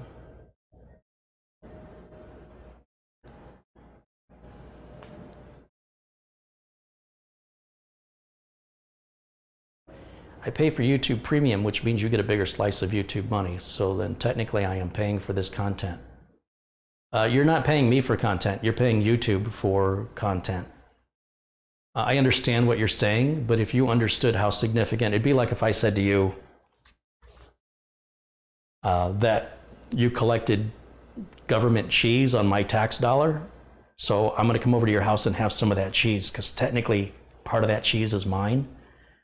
It's a microscopic little tiny piece of cheese. So if you got a brick of cheese this big, my contribution to that would be a speck. It'd be like a molecule. So to demand my molecule is a weird sort of entitlement.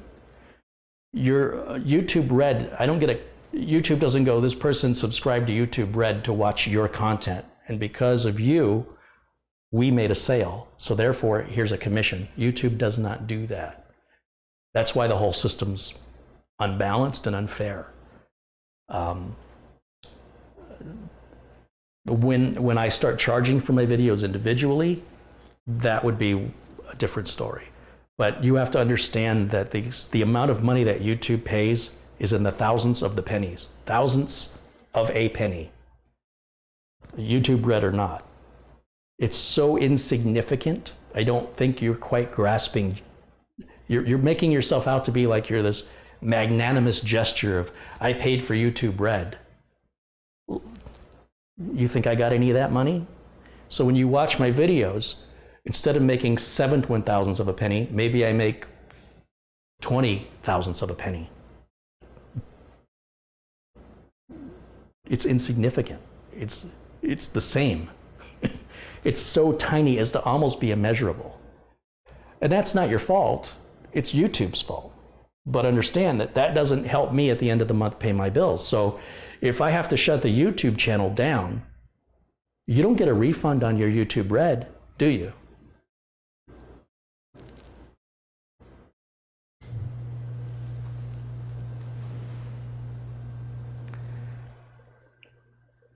Stefan is continuing on about his book. So again, as a business owner, you're, in my opinion and in my experience, when you're justifying a crease in a book as being inconsequential because all these other people said it was inconsequential, then sell it to one of them. The person who makes a big deal out of it, refund their money.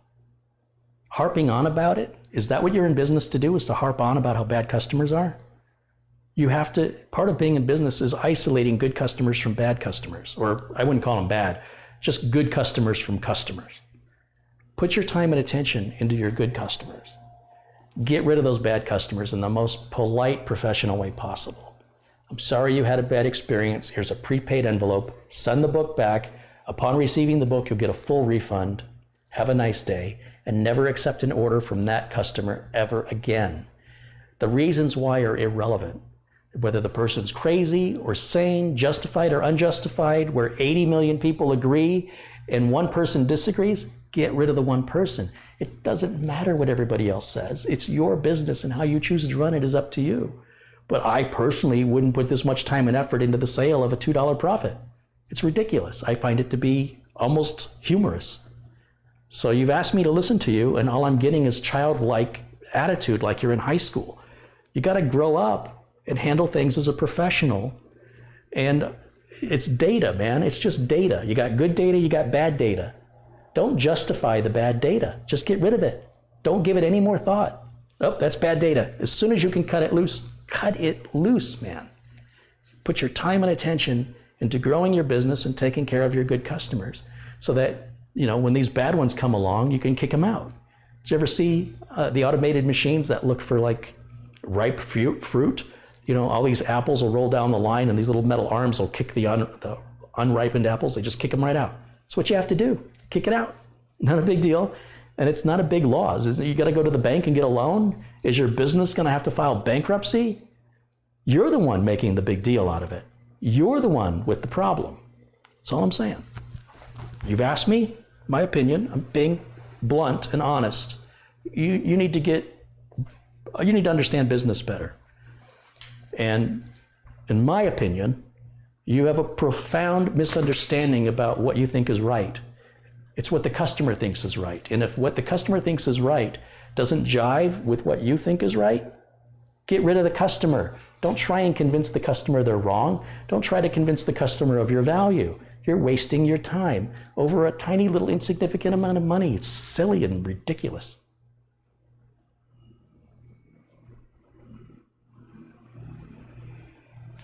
Do you do computer recycling for your clients? Yes, I do.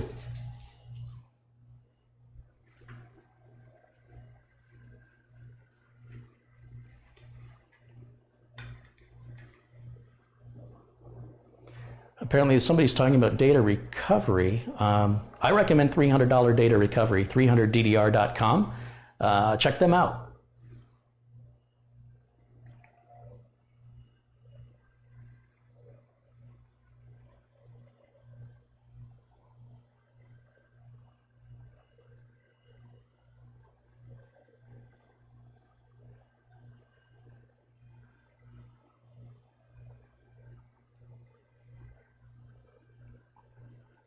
I like what Sharon Idle has to say here. I want to say this out loud because I think it needs to be said, even though it's common sense. Moderators, please remember it takes two to make an argument. If people want to argue, ignore them. If they insist on arguing, ban them. Thank you, Sharon.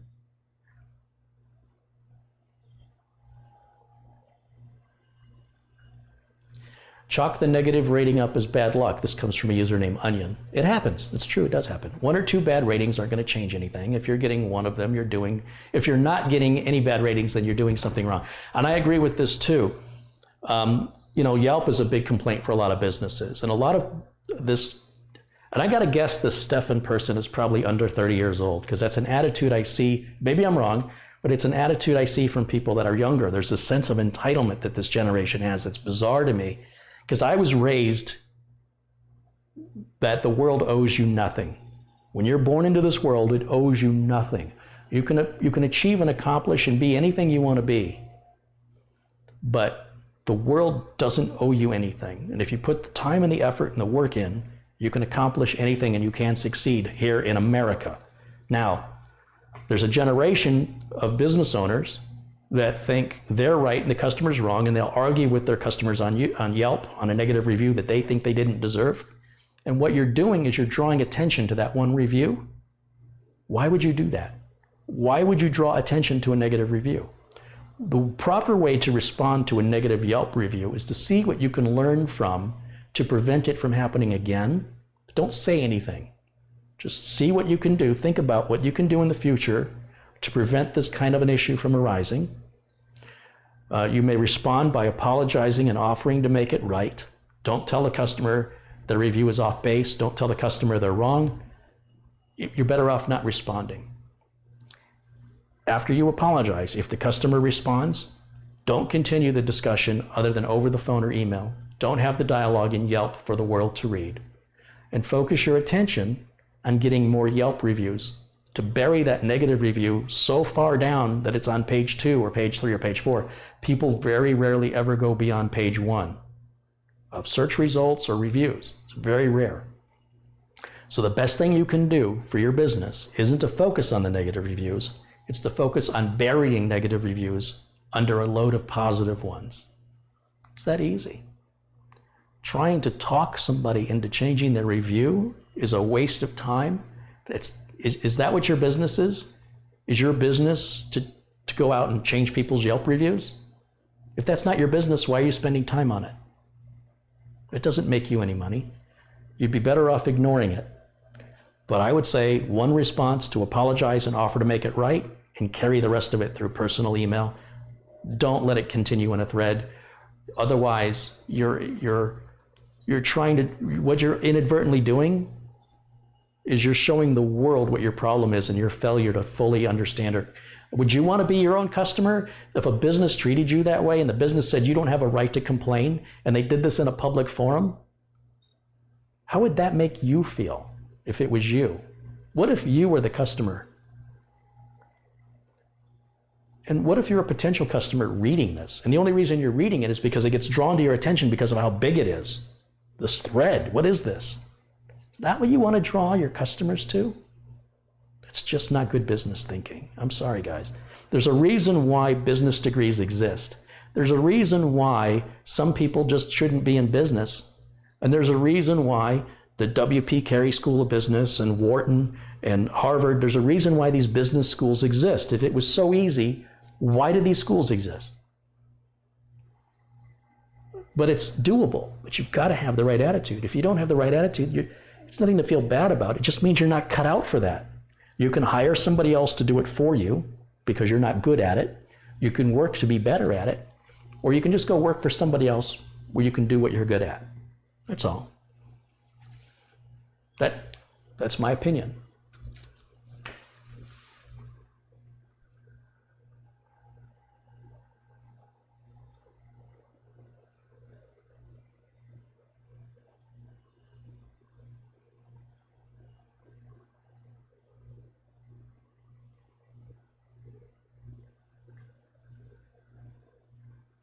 Scott Whiting says, I only wish to thank you for your knowledge and willingness to share. I've learned more from your channel than any other vlogger I've ever watched on video. Thank you, Scott. That's very nice of you to say.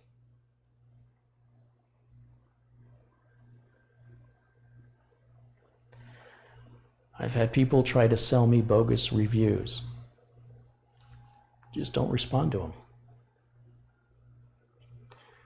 Norm Lewis has a good phrase here. Customer is always right until they're replaced. I like that. I like that a lot. Andrew Zacchaeus has contributed $5 Australian. Thank you for your contribution, Andrew. I appreciate that.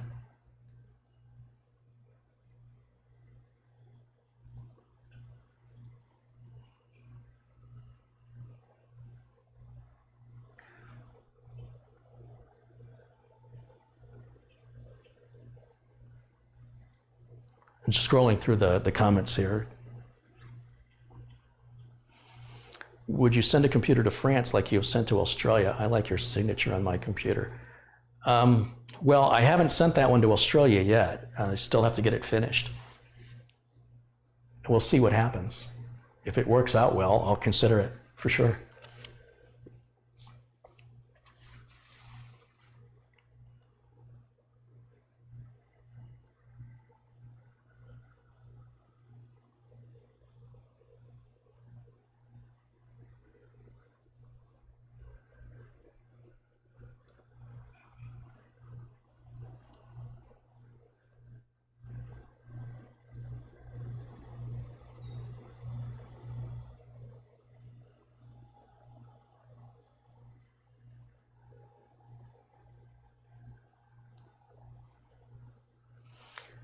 I don't know what this discussion is about. If I fix my dad's computer, should he pay? That's for you to decide. There's a lot of technicians that they just made it a policy, I'm not going to help family and friends anymore, because it ended up taking too many hours out of their workday.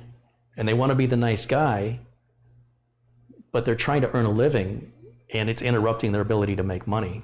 And we're not talking about fixing one thing once a year. We're talking about just constant, how do I do this? How do I fix that?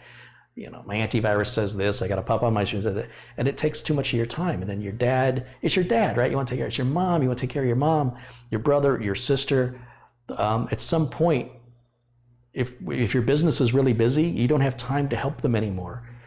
And it's taking too much of your time. And you have to tell them to go somewhere else for help. Maybe you can refer somebody to them, or you can offer to fix it at a later point in time if and when you get some free time, because you have to prioritize. You're paying customers because you've got bills to pay, and your parents will understand that. They'll totally get it. But yes, they can eat you alive by asking for help. And so many technicians, there's been many articles written about this, where they will no longer help friends and family because it is literally putting them out of business. So it's for each of us to balance that. And however for some people, hey, if mom calls, I don't care. I'm taking care of mom. That's fine. That's fine. I'm not saying it's wrong. But for many of us, just because mom calls doesn't mean I have an extra 2 hours today. The day didn't get to be 26 hours long. If mom only calls once in a while, it's not a big deal. But if mom's calling constantly, you're going to have to do something. Something's going to break. So, but this is a decision for each of us to decide on our own. It's far be it from me, far be it from anybody to tell you how to handle family. That's your call.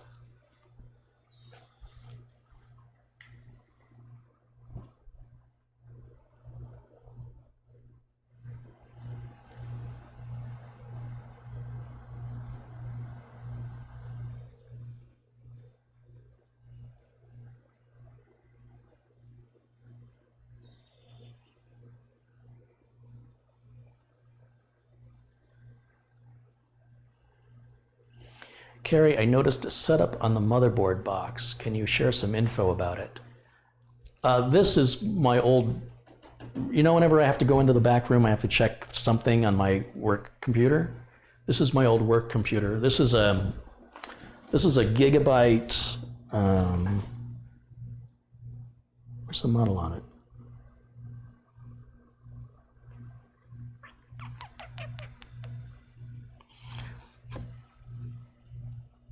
This is a Gigabyte GA-EX58-UD3R motherboard. This is about, I want to say it's about 10 years old. I threw a liquid cooler on here a while back. It's a GTX 460. This is just basically email, Facebook, Twitter. This is all business use. It doesn't have built-in video because they weren't doing that back then. So I had to throw a video card on it. And I set a budget of not spending more than $100 for a graphics card. And so at that time, this was what I could get for under $100. It was pretty close to $100, GTX 480 at the time.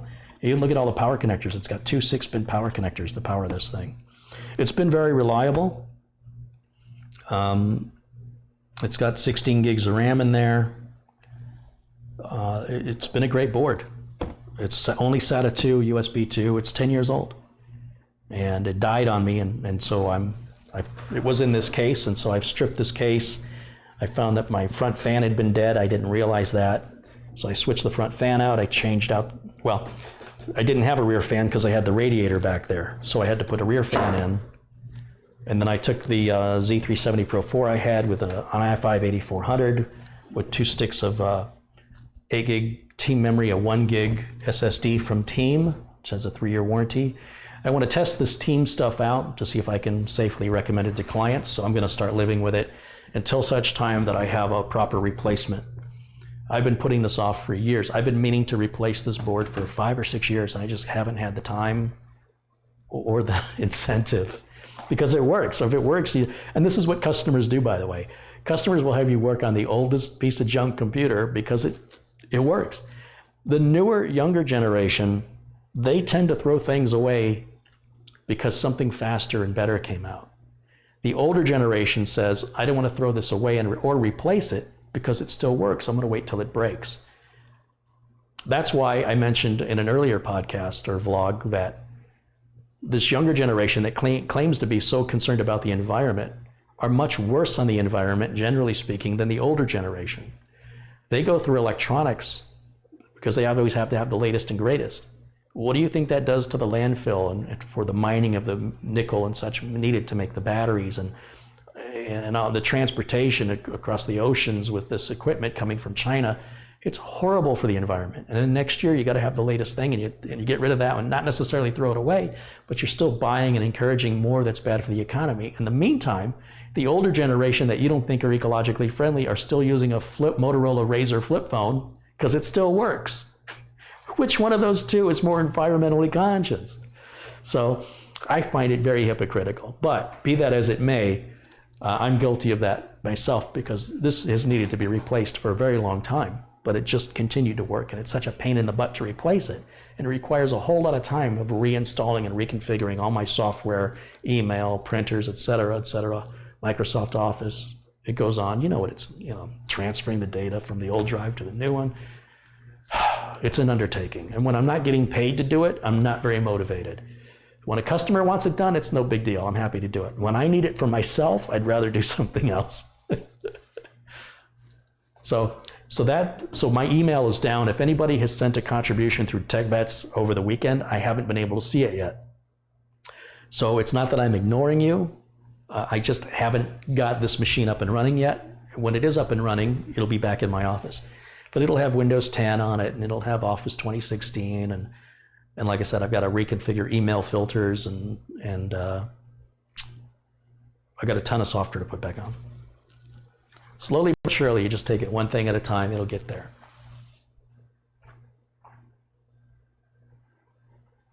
The young generation thinks plastic grows on trees. Plastic trees.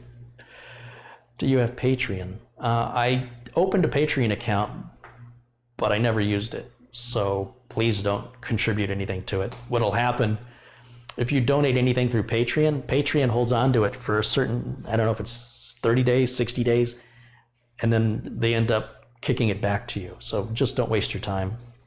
I haven't found the Patreon platform to be ideal for the types of videos that I make. I'm still looking for a platform where perhaps I can offer special content to people who contribute just for them. I just haven't found that platform yet, and I've been so busy I haven't had time to look. Donnie Seegers contributed $2. Thank you, Donnie. Thank you for that.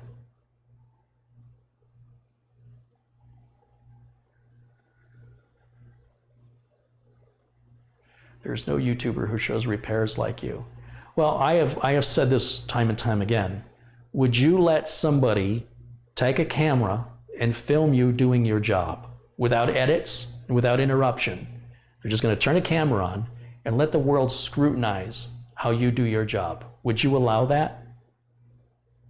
Would you put up with somebody telling you that they could do your job better and faster than you when they don't even have a real name and you don't even know who they are, but they think they're better than you and they want to make sure you know that, but they're too cowardly to actually explain who they are or what justifies, their conclusion by perhaps offering links to their education or their accomplishments that put them up to your level? Would you voluntarily let somebody film you doing your job nonstop for the entire length of your job, only to be scrutinized by complete strangers on the internet that insult you, degrade you, and suggest that you don't know what you're doing, despite the fact that you've been doing it for almost 3 decades successfully, and these people who accuse you of, who are critical, have no verifiable background or history or education?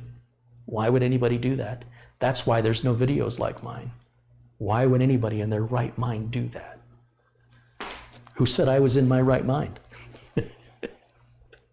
But thank you for your kind words. Am I going to do any work today? Bikey, I got to tell you, I've had kind of a down day today. It's raining. It's dark. It's hard to film in here when it's dark. I can't do any other work until my system is back up and running, and there's a lot of personal stuff that I don't need you guys looking at, my email settings. I don't need you seeing my incoming and outgoing servers and secure ports. I have to do all that offline. I was up till 3 o'clock in the morning doing it last night, and I just need a break. I found out I lost my retainer client today, my biggest one I've got, and I'm just having a little therapy session. No, I'm not doing any work today. I am done for today.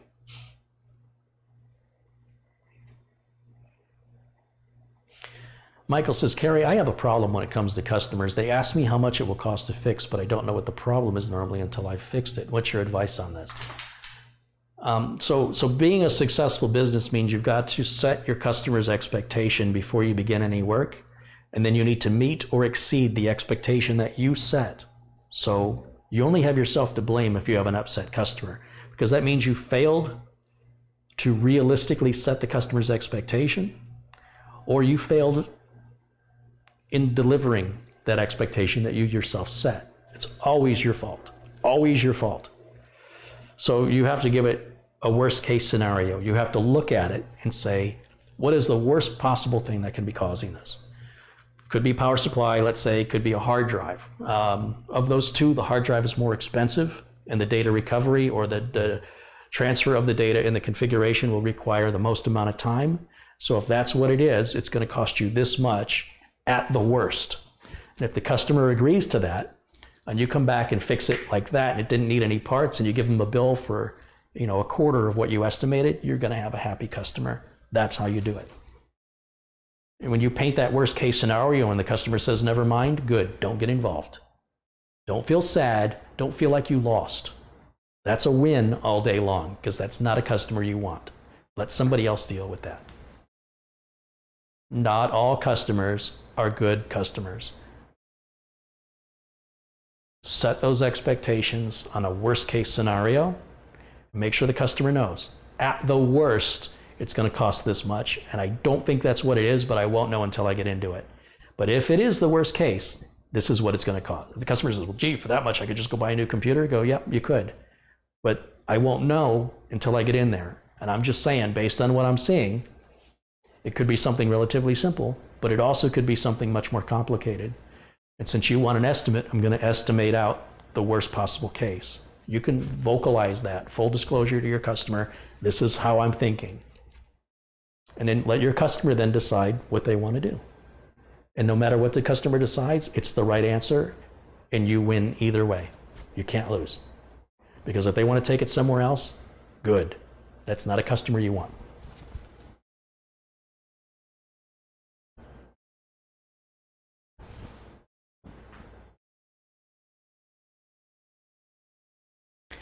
How do you know what you're reading on Yelp means anything? Very easily. All you need to do is click on the reviewer's name and read their reviews for other places. If that reviewer only has one review, it's questionable.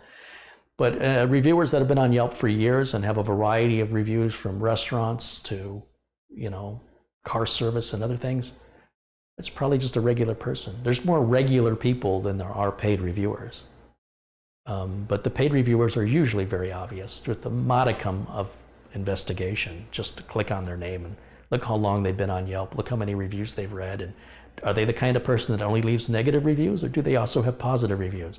If it's a person that only leaves negative reviews, that's somebody trying to work or game the system to their advantage, like it's a business model for them to get free stuff. And of course, that helps gauge the company that they're reviewing. Very easy. It's not that, they're mostly idiots. They're not very hard to figure out.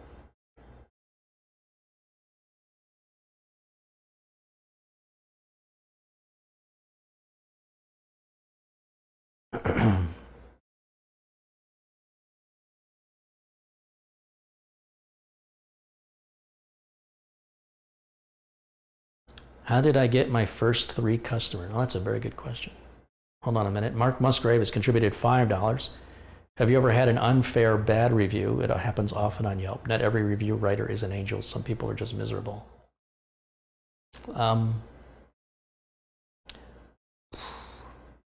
You can say it happens often on Yelp, but you could also say planes crash often too. It doesn't mean because you choose to see it that way, that is the way it is. You're choosing to look at it that way. I would guess 98% or more of Yelp reviews are real and justified. And I'd say about 2% of Yelp reviews are people either being paid to write the review or looking to utilize Yelp as some type of extortion. The problem is nowhere near the epidemic that you're choosing to see. If you read about all the planes that crash or see the videos, you think that planes crash all the time. But when you consider the number of planes that fly and land every day, that number of failed flights is profoundly negligible. So people that complain about Yelp reviews being unfair are probably just bad business people looking to not take responsibility for their actions. You need to, in my opinion, be a man, as sexist as that may sound. Take your lumps, learn from it. If you refuse to learn from it and you're always a victim, get out of business. You're not cut out for it.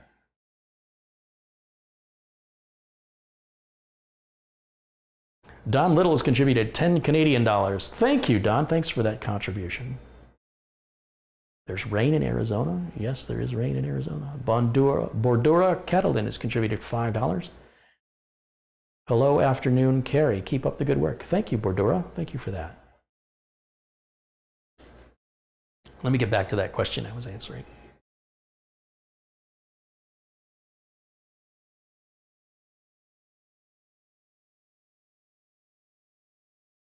Yeah, the rain, we'll have rain probably through Thursday because of the hurricane.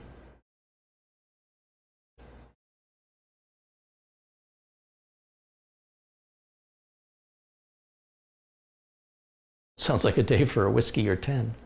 Yeah, well, it's not cold. It is, actually the weather's really nice. It's in the mid 80s right now, which is really nice. A group hug for Carrie. Hey, I got no problem with that.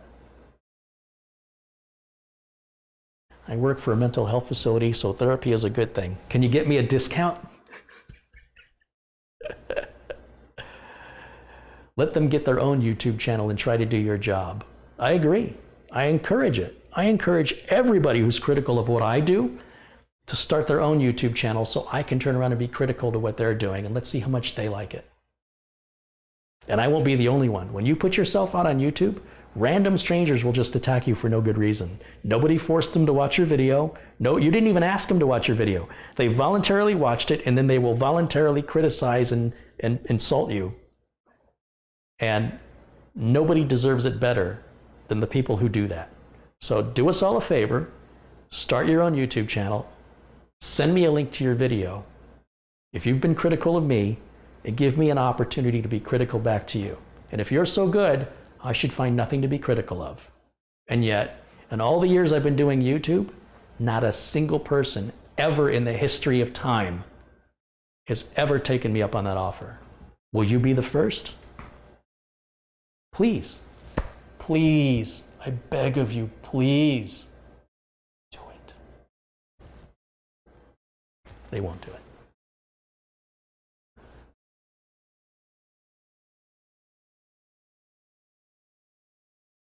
How many business clients do you have? I'm not going to disclose the size of my business. That's just no reason for that.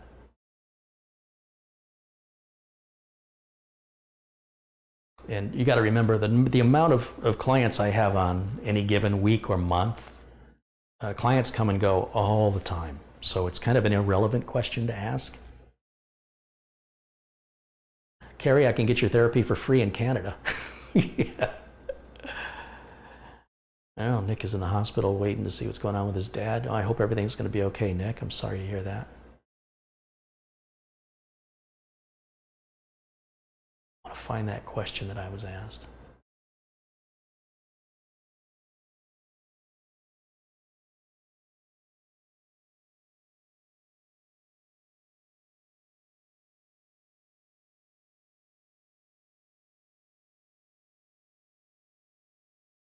Carrie, I bought 2 A-data flash drives. They're great and cheap. Yeah, their write speeds are a little slow, but you can't, I mean, for what they charge, they're well constructed and they generally have fast read speeds, and they cost like, under $10 for 16 to 32 gigs of storage. I can't see how you could reasonably complain. You can, it's just not reasonable. Oh, I guess Irving is taking off. Thanks for joining us, Irving. Enjoy France. Have a baguette for me.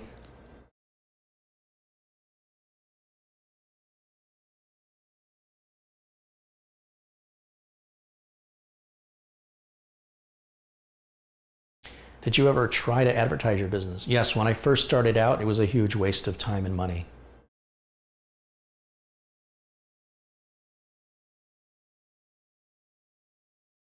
There it is. Okay, Reverend John O'Toole.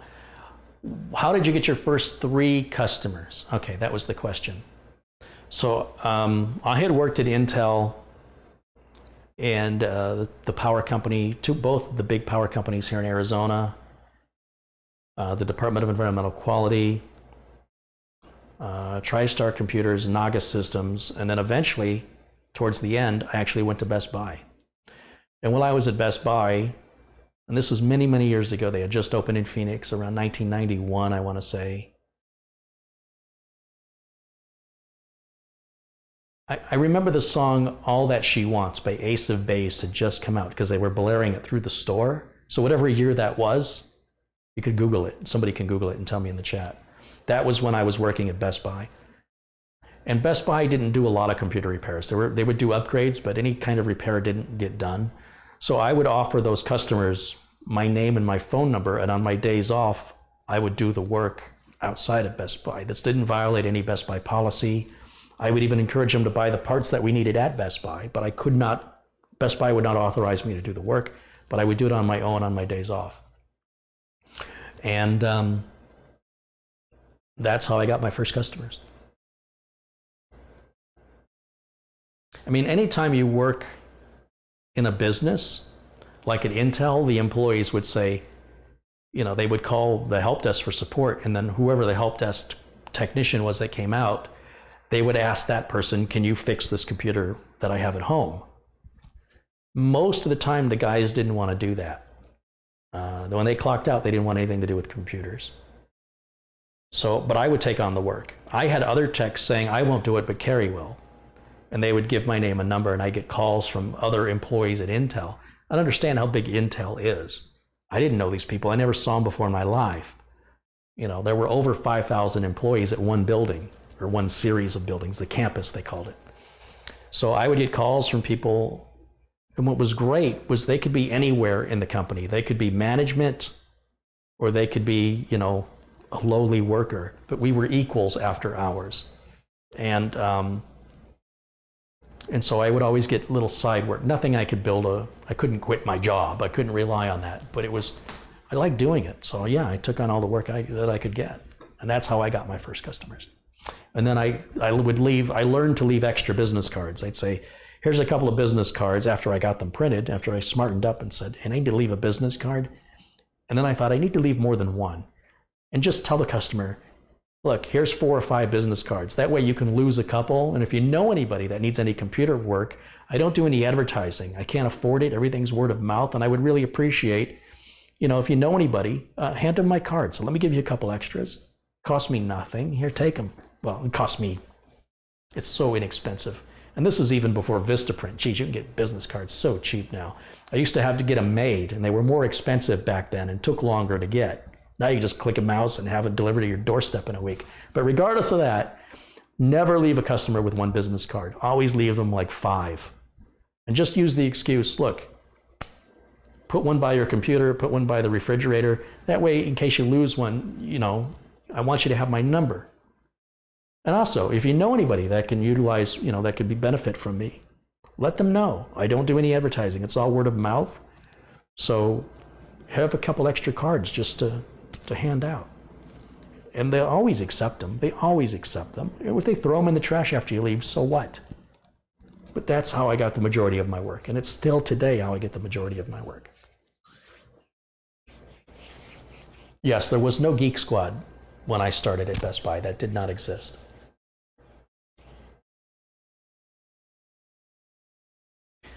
$1993 sounds about right. Yeah, I think it was about 93. 92 or 93. I was thinking 91, but no, it had to be after 91. I just remember that song playing constant, because we had to build the store. They didn't hire a construction crew to put up the merchandise display stands. So we would have to go and set up the displays, and even the aisle dividers that they hang stuff on and pegboards, all that we had to unbox and screw together and get the store ready to open. And so truckloads of inventory would arrive, and then not only did you have to stock the shelves and put on the display models, but then you also had to stock inventory on top of that. So everything from the car stereo department to appliances. Well, appliances were easy because they're big. But when you deal with the little stuff, things like CDs all had to be sorted. And so they would play music through the sound system of Best Buy. And that song, All That She Wants by Ace of Base, came on. And I liked the song. It's a really good song. But I heard it so many times. I can't remember what year it was, but I remember that was a hit song that was constantly played. And I remember there was this older lady, and she was, alphabetically sorting boxes of CDs to get ready for the store to open. And she's like, Pearl Jam? What's that? Sounds pretty painful for an oyster. Oh, good times. It's not so much the companies that you work with, it's the people that you work with that can make your experience a positive or a negative one.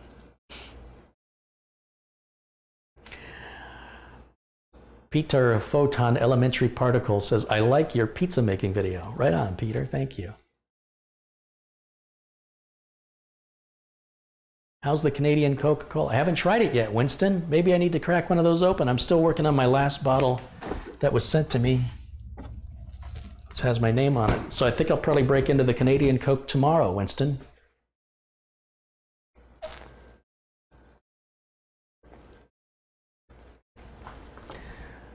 Someone says, I was just Googling Best Buy 1996 and the coupon ads on Google Images cracked me up. Yeah, so what I did in 1993 was most computers were 386s, Intel 386 processors. And you could buy a multimedia kit for it was around $300. And what a multimedia kit was, it was a sound card, because motherboards did not have built-in anything. No built-in video, no built-in network. There was no internet, so you had a modem, but that wasn't built in. It was an option. Everything was optional. So a multimedia kit was generally a Sound Blaster sound card, although there were other sound cards. Sound Blaster was the big one. And it came with a CD drive, and the CD drive had a proprietary connector that connected onto the Sound Blaster. Sound Blaster often had 3 different kinds of CD drives that could be included in any specific kit. So you had to know which of the 3 connectors was the right connector to use for the specific CD that was included in that specific kit. And they would give you like Microsoft Encarta, something that you could, play a video that was about this big of like the moon landing or something. And people would go, "Ooh, look, it's like a television." Yeah. Now you can buy a DVD drive for $20.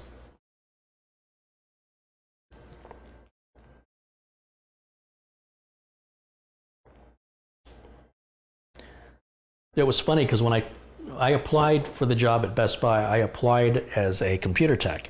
And they called me in for an interview and they said, "Why did you apply for a computer technician job? We're not offering a computer tech position. We didn't well, that's not what he said. He said, we didn't advertise a computer tech position, and I'm curious, why did you write down computer tech for the job?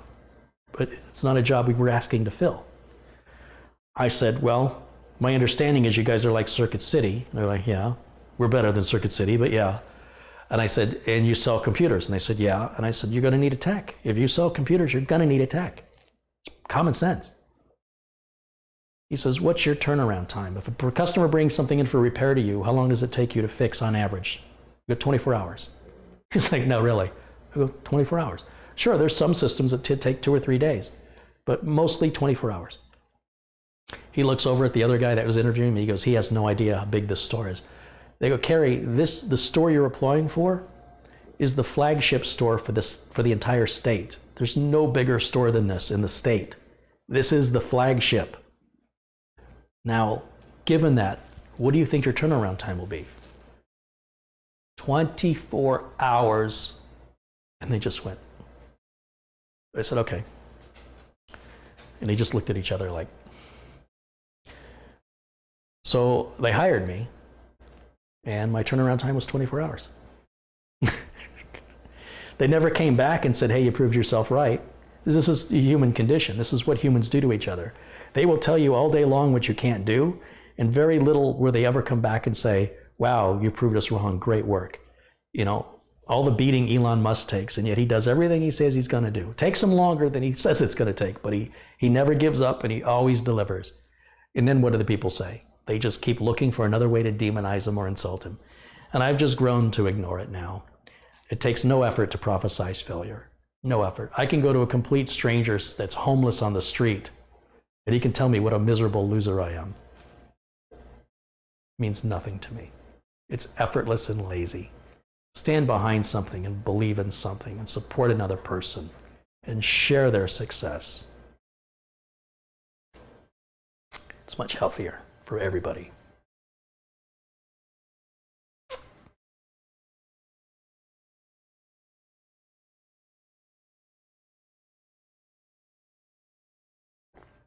"Car-ey, did the blue screen guy ever get back to you?" "No, he didn't.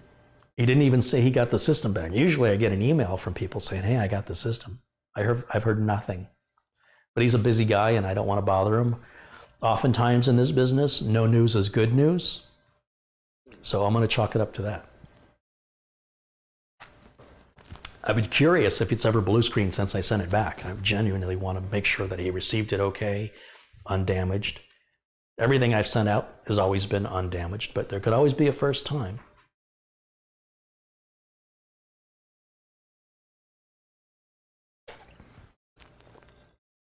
"Car-ey, did you ever suffer any PC failures back in the days of NVIDIA defect chip around 2008? No.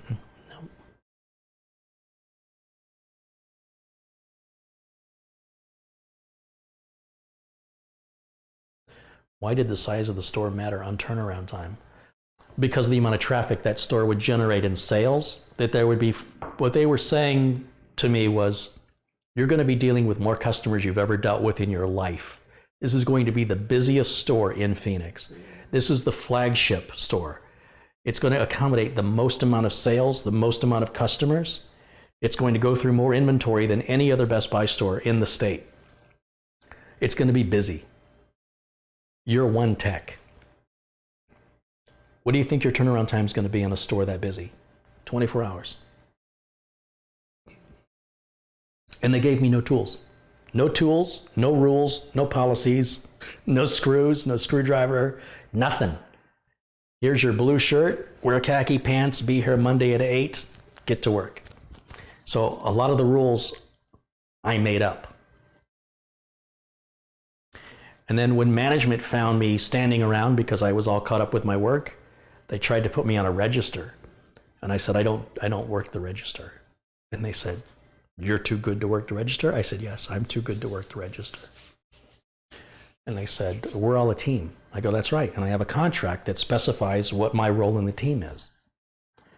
She goes, well, sometimes these things change. I go, no, that's why it's a contract. If you'd like to break it out, we'll go over it line by line, and you can bring your district manager in and we'll discuss it with your district manager.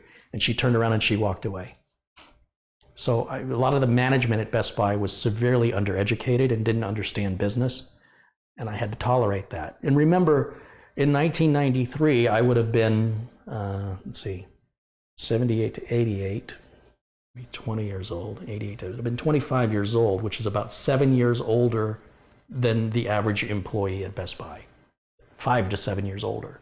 So I was kind of like a senior at Best Buy. And I wasn't going to have some 21-year-old manager tell me that contracts change. No, they don't. You don't understand what a contract is, and you're violating labor law, and you're going to open the company up to a massive lawsuit from your ignorance. So keep pressing on me and see where it goes. The fact that I had to deal with this, it was unfair to me. I shouldn't have been placed in that situation. And I did not work the register. The kids they had working the register were kids. They were 16 years old. When you go to check out at Best Buy, at least in 1993, there were 16-year-old high school kids working registers. I'm not joining the 16-year-olds. I've graduated past that through attrition. I'm a computer technician, and because I do my job well, you want to punish me? Nope. And those people that are cashiers, when I was busy, did they come over and help me? They sure as heck didn't. So some people thought I was difficult to get along with, but I'm like, hey, you should have put it in the contract. That's what contracts are for. You're the bad guy when you're violating the terms of the contract your company set. You're the bad guy.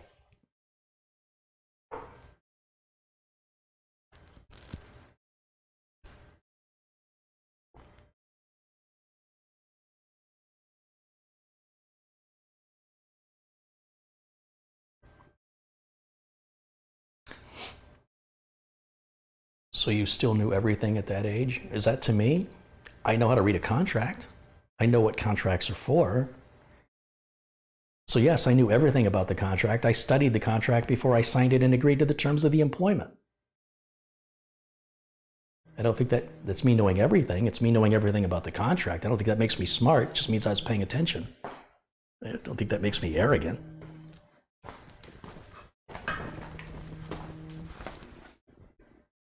So anyway,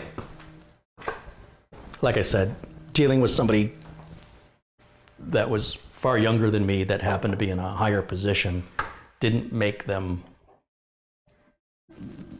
qualify them to break the rules and to make the rules up and then justify it because they were in a superior position. No. Sorry.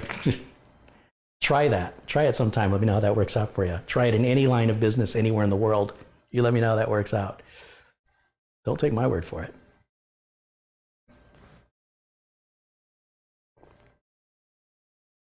You've been good at standing up for yourself.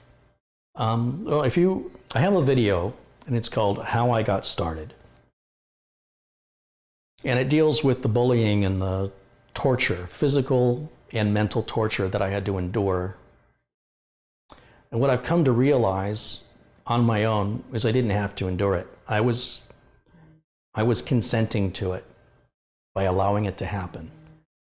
And nobody else stood up for me. And so if you don't stand up for yourself, don't expect anybody to stand up for you. You need to do it for yourself. And if people say that you're a know-it-all or you're arrogant because you're standing up for what you know is right, that's just a weak excuse. That's those people that don't have anything else better or more like let's say you go to a court and the opposing lawyer says you're arrogant and that's why no one should listen to you. That has nothing to do with the case. The case involves facts. And if you don't have any facts to give, if all you can do is resort to insults and degrading other people, that means you have no real argument. So you're the weak one. You're the disarmed one. You're the one that's ill-prepared. And you're taking your frustration because you have nothing clever to say with regards to facts. You have to see that for what it really is. That's all they have. They're grasping at straws. They're desperately holding onto their pride and their ego and resulting to suggesting that your self-confidence is arrogance, that you standing up for yourself is being a know-it-all. That is barbaric. It's something children do. And to see adults do it, it's disheartening. It really is. And, you know, the best thing I could advise is just go spend some time in a courtroom. You can go to courts, you can be in the audience, and watch how courts play out. Watch what one lawyer says, watch what another lawyer says.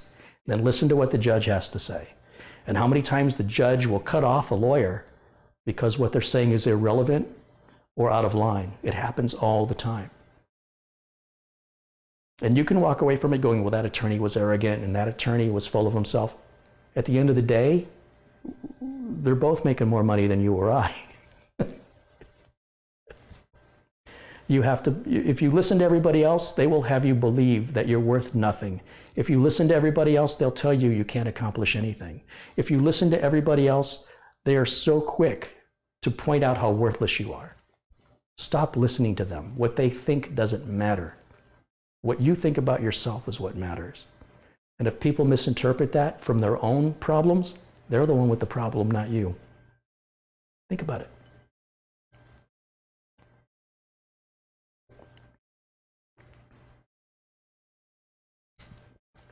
Colin says, in 1993, I was 50 years old, knew nothing then, and still know nothing now at 74. That's not true, Colin. I like what the guy says, you know,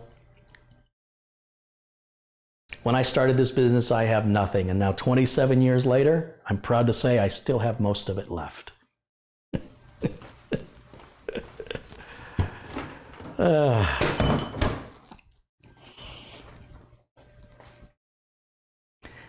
Rich Robbins says, I was dual booting back in 1993. Gary says, I graduated in 1980. I graduated in 86. Robert Jones says he's leaving. Good to see you. See you next time. Thank you, Robert. Thanks for joining. Night court. That's what college students at ASU do out of boredom. Yeah, it's very enjoyable, very educational to watch the way court systems work. And if you treat your life in that same type of relative idea of fairness, logic and reasoning and fairness, I use that as my guide. I let this idea of right versus wrong is what guides me through life. It's not an education that guides me. It's not money that motivates me. It's all about being guided by right or wrong. And by 8 years old, you should know the difference between right and wrong. And you shouldn't excuse bad behavior by saying, well, it's just business. No. Saying it's just business is basically admitting that you know what you're doing is morally or ethically wrong, but you don't want to face it. So instead you go, well, it's just business. Now let's go to lunch and move on to the next thing. You shrug it off like, I know it's wrong, but it's justifiable because it's business. It's never justified under any circumstance. And anybody that uses that phrase, it's just business, when they're referring to something they know is inherently wrong, is basically reassuring themselves. They're not reassuring you. They're reassuring themselves that they know what they're doing is wrong. But that's the way everybody else does it, so that makes it okay. It's not okay. I don't care how many people do it. It's not okay. Or Dura Catalan says, Carrie, I message you back. Take your time. I'm not in a rush. I don't know what you're talking about. Message me about what?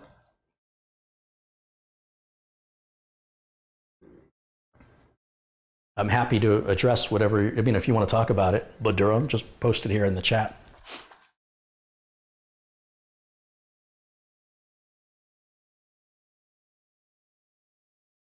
Egg Wrap Silver says, let me try saying this. I've learned that I need to be happy with the face looking back in the mirror every day, not what everyone else thinks. Yeah, because if you're looking for approval from other people, you're in for a lifetime of disappointment. You need to take care of yourself. And as long as you're not hurting anybody, or, you know, I mean hurting them financially, physically, mentally, you're free. You're free to live your life however you want. You don't, once you're 18 years old, if you want to tattoo your face, hey man, it's your thing. If you want to do it, do it. I think it's extraordinarily foolish, but it's your life and you have the right to do it if you want to do it. Think about consequences. Think about tomorrow. Think about how that could impact your ability to get a job or your ability to do certain kinds of work. And do what's important to you. Do what matters to you, and don't worry about what anybody else thinks. As long as you're not hurting anybody else, physically, mentally, or financially, all the power to you. Rochester, New York, 87 has contributed another $20. He says, I know it's not much and you don't expect it, but I want to contribute for your time. Also, speaking of Best Buy, they have an EVGA 650 watt power supply on sale for $24.99. Wow. Maybe I have to pick a few up. I bought these EVGA power supplies on Newegg. These are brand new, everyday price, I think $24.99. It's 450 watts. Comes with a power cord, but this one, the fan didn't turn, brand new out of the box. But when I stuck a little driver in there and spun it, it kicked on. So I'm gonna keep an eye on it. I think I might have to send it back. And for 25 bucks, it may not even be worth sending back. We'll see.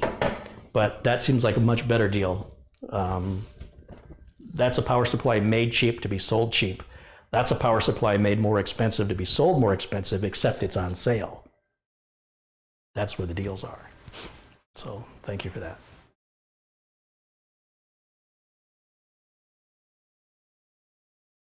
Carrie, what advice would you give about knowing when to cut your losses?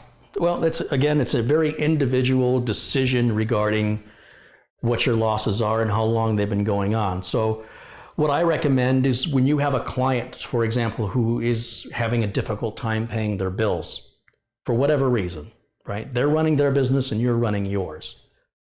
Mike Smith and I went through this on Tech Vets about 2 years ago, where Mike had a church, and Mike's a religious guy and he wants to give back to the church, but he still has to get paid. And the church would say things like, times are tight, we're gonna be late paying you. And he's like, that's fine, I understand. But then they just never paid him. And I said, and then they called him with more problems. And he said, I don't know what to do, because religiously I want to give to the church. I'm impelled. What's the word? Can't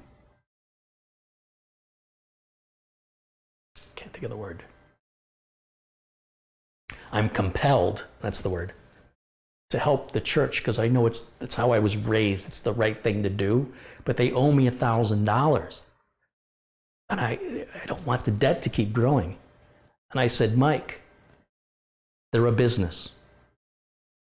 Was the electricity on when you went to the church? Yes. Do you think they call the power company and say, we're not going to pay you this month? No. Well, why do you think they do it to you? I guess because they can. That's right. And you know why they can? Because I allow it. Do you think the people that work at the church, the people that are calling you for help, do they collect a check from the church? Yes. Do you think they're not getting their paycheck?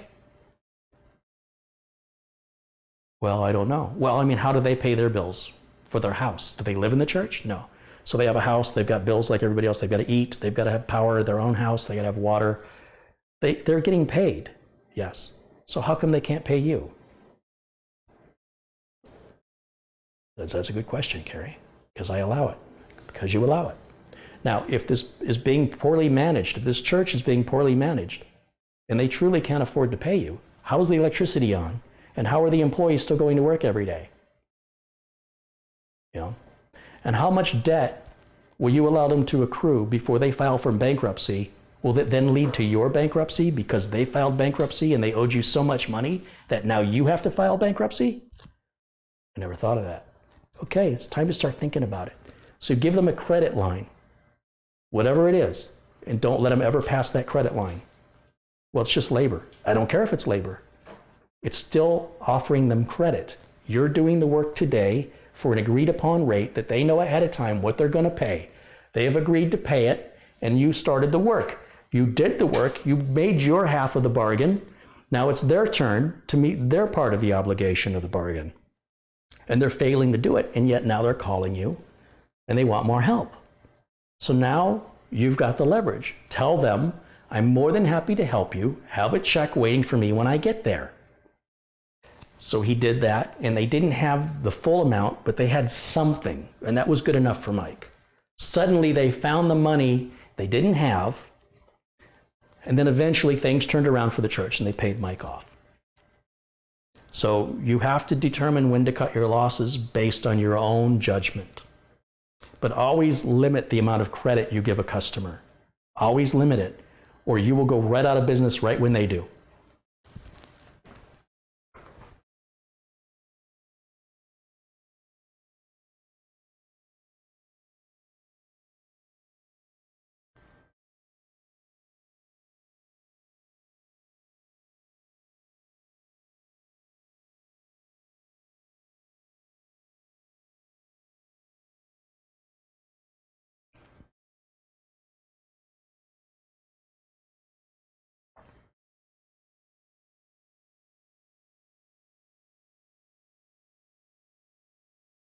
Brian Henry says, what is your advice for someone who enjoys working on computers, audio equipment, game systems, but can't get a job doing what I love, but I'm not business savvy to go into business? You just need to find the employer. There may not be an employer where you live. You may have to extend your job search and be willing to move. Ultimately, at the end of the day, you're going to do whatever you have to do if you're motivated enough to do it. A lot of people say, I'm going to go on a diet. And they don't, because they really don't want to. They think it's a good idea, but they really don't want to do it. And other people actually diet. The people that actually do it obviously meant more to them, and they did it. You can never tell when somebody says something like what you said, how deeply they want it. If you want it bad enough, you'll find a way. Always.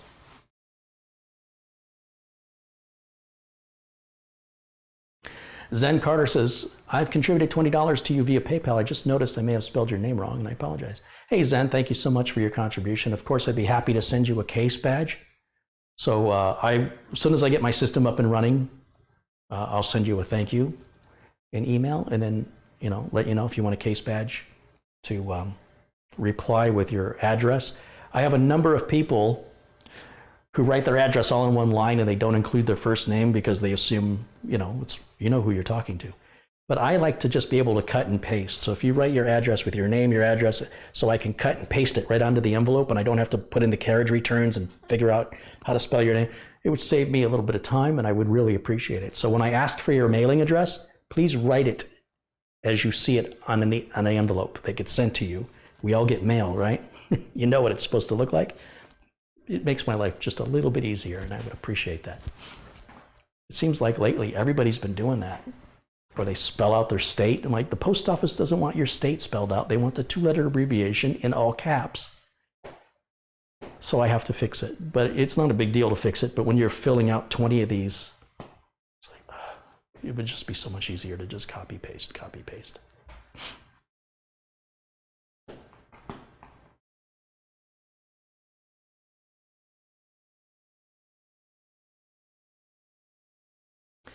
I want to remind you guys, this is something I thought of the other day. We all have different obstacles in life that we have to overcome. It happens to all of us. Some of us are lucky or are more blessed than others financially, or the parents that we have, or the circumstances or environment we grew up in. But regardless of that, I just want to say this. When you're playing a game of poker, you have no control over what cards you're being dealt. And you can choose to fold, to put your cards down and walk away, or you can play the game with what you've got to the best of your ability. And from that is a carryism. Are you ready? Countless poker games have been won with nothing more than a pair of twos. Think about that. Countless poker games have been won with nothing more than a pair of twos. 100% fact.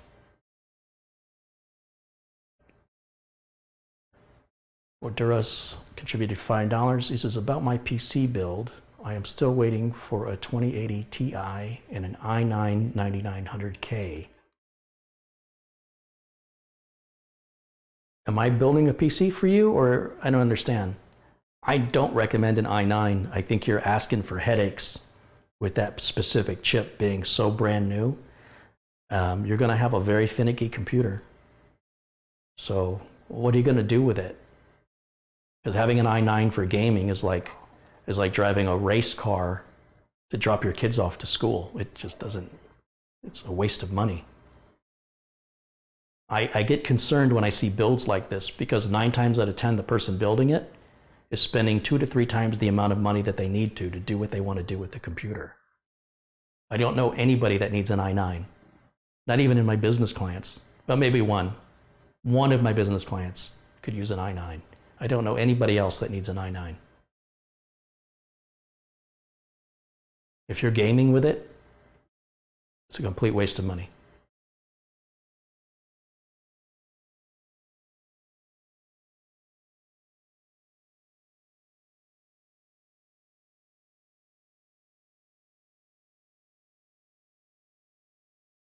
Are you advocating bluffing your way through life?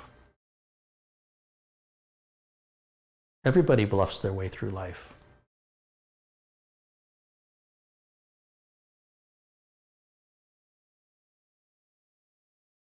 Go to a job interview and be depressive, be procrastinating, show up a few minutes late, be a slob, don't take a shower. See if they hire you.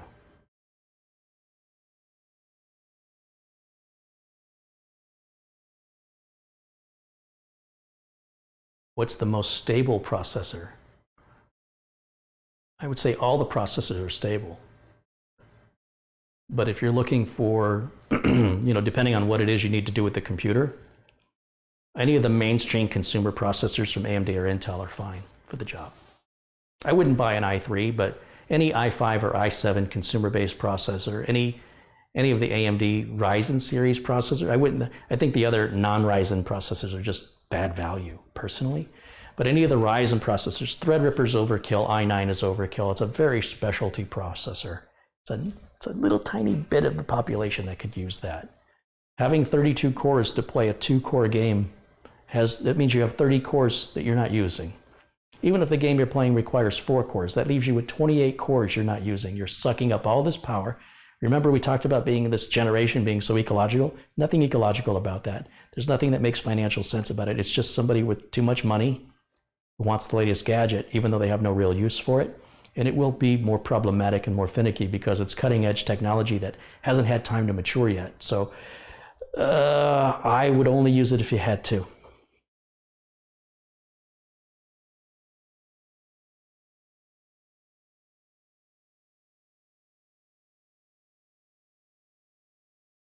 A rich man and his money are soon parted. Yeah, says the guy who contributed for the video capture card.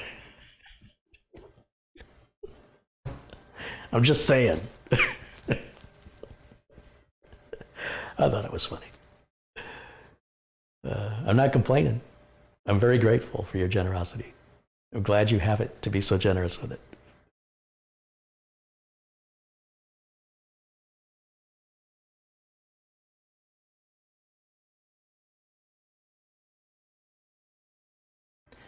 Yeah, Sharon Idle even says 12 cores are far too much for a gaming machine. If you're gaming, 6 cores is plenty. Why do you think the Intel, the Core, what did I put in here? This is the Core i5-8400, which I think is 6 cores, and I don't believe hyperthreading is enabled. And it's one of the best processors you can buy for gaming next to like a Ryzen 2600X. So why do you suppose that is? So it depends on how you're using the computer. Madura says, he's contributed $10. He says, I don't need it, but I need to spend money on me. I have to spend $6,000 to $7,000 for me to give. I have to buy, okay. So I see this a lot.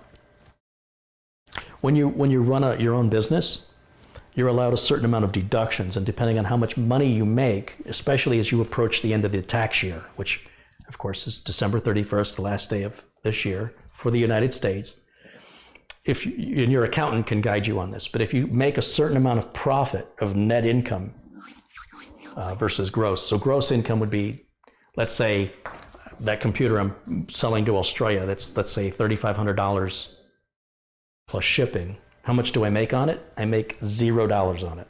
The only revenue I make comes from YouTube, from the video that I make. So the IRS goes, oh, I see you brought in $3,600. I go, yeah, but I spent $3,600. So I'm at zero. But what happens, let's say I spent $2,000 and I made $1,600 profit. That's above expenses. And what if I do that over and over and over and over till the end of the year? Then the government says, you made all this money and we're going to tax you a higher percentage based on how much you make. So then my tax advisor will say to me, you need to spend before the end of the year X amount of dollars, or you can spend X amount of dollars, or you can give that money to the government. So you can buy yourself a new car, perhaps, a business car, or you could buy a computer for $6,000 or $7,000, that's what we're discussing here.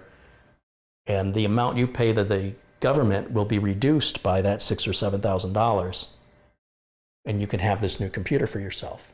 Or you can give the government all of it. It's your choice. Because of the amount of money you made, you can take this much more in deductions if you want to. But that doesn't mean you have to buy one computer for $6,000 or $7,000. You could buy 4 computers at $2,000 a piece. You could buy a bigger monitor, multiple monitors, better speakers. You could find other ways. You don't have to throw it all into one machine because I need the tax deduction. What you're buying is a headache. You're buying something that will probably be difficult to cool. It may be loud, and it may be finicky with regards to performance. It is the latest technology, which is unproven, and you will be a pioneer, and you will be the first to suffer the problems with any solutions. I personally would advise against it. Buy more RAM. Put 64 gigs of RAM into a Core i7 8086K. Buy a 2080 Ti graphics card. Buy a beautiful case and an overkill power supply. There's no harm in any of that. You can hit your $3,000 or $4,000 easily that way. And if you want to go to $7,000, throw a couple 4 terabyte SSDs in there.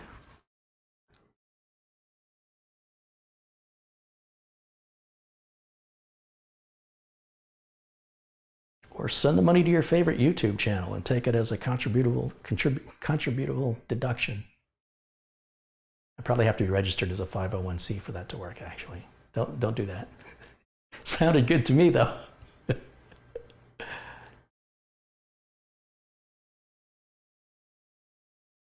LabTech Nick has contributed 20 Swedish krona. I think that's what that is. Thank you, LabTech Nick.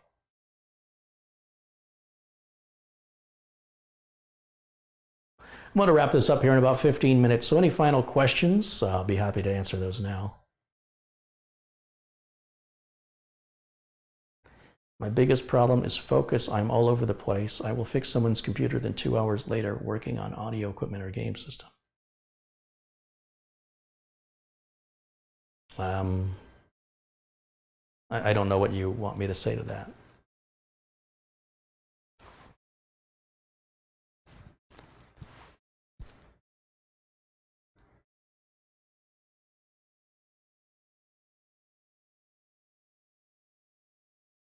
There's a lot of people I run into that, they say that their kid's got ADD or ADHD, but the kid can spend hours and hours and hours playing a video game, just focused right on that video game for, 4 to 8 hours, just nothing but this. That's intense focus. That's not ADD. No. That just means your kid's not interested in that other stuff. Don't differentiate what you're not interested in as being a personal problem. It's not how it works. When you really find something you're interested in, you're laser focused on it. So there's a lot of misdiagnosed, in my opinion, there's a lot of misdiagnosed ADD and ADHD because the kid's bored, just bored, not interested and bored. Those same exact kids, hours, laser-like focus on video games.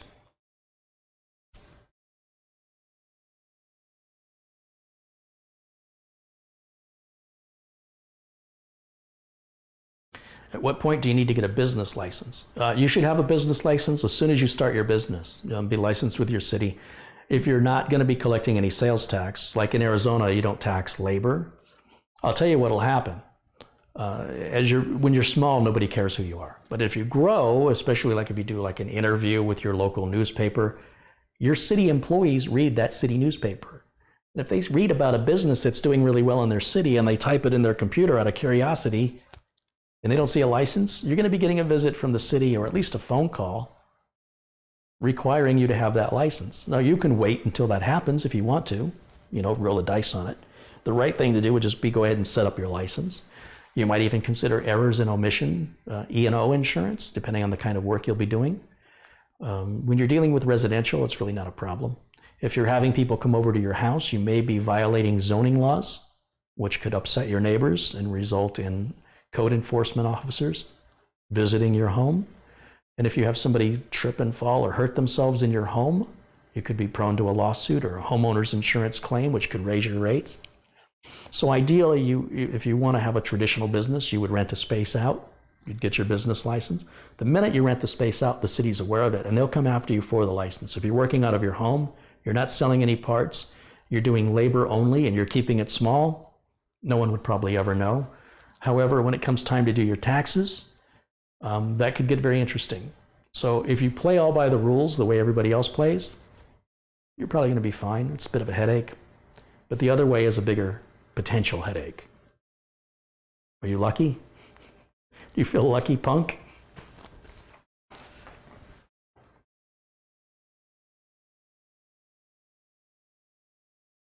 Speaking of taxes, how clear is YouTube with your super chat donations? They're not clear at all.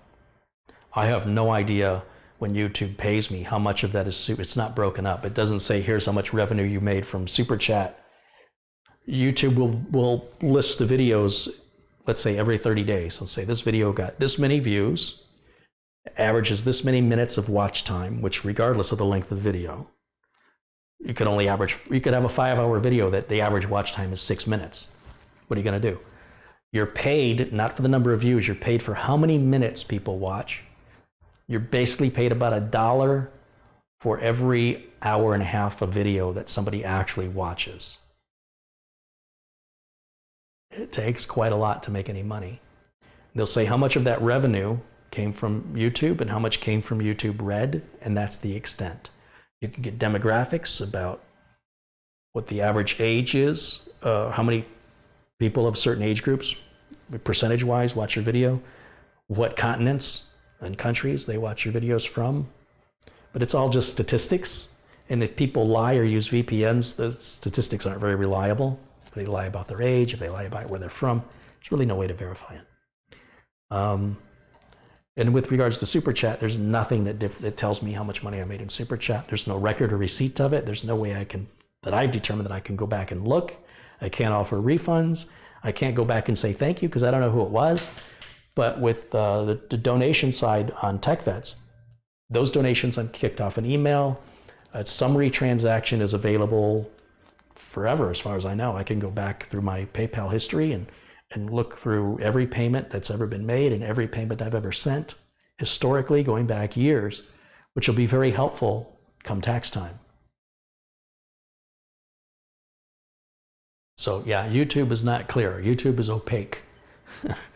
It's very convoluted and messed up. But don't let that stop you from them telling you how wonderful they are and what a great job they're doing for their creators.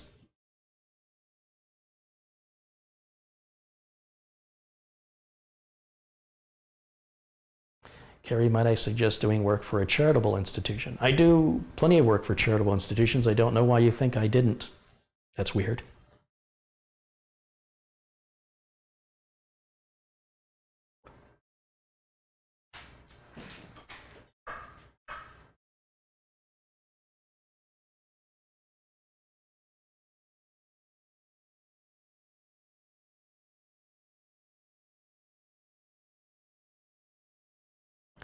Carrie, if you weren't doing PC repair, what would you likely be doing instead? I'd probably be working right alongside Mike fixing cars. I went to school to be an auto mechanic. We were lucky enough to have a GM training facility at the community college, at Glendale Community College here in Arizona. And when I was 18, signed up to start the classes and coursework to be an ASE certified mechanic through the GM training program. So I got through things like internal combustion engine theory was one of the classes. I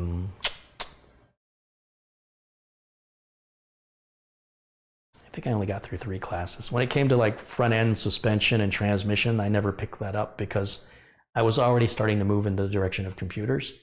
When I switched my major into video production, that lasted all of about 1 year. And then work took over and there wasn't any time for school. And by the time I went back to school, I was teaching.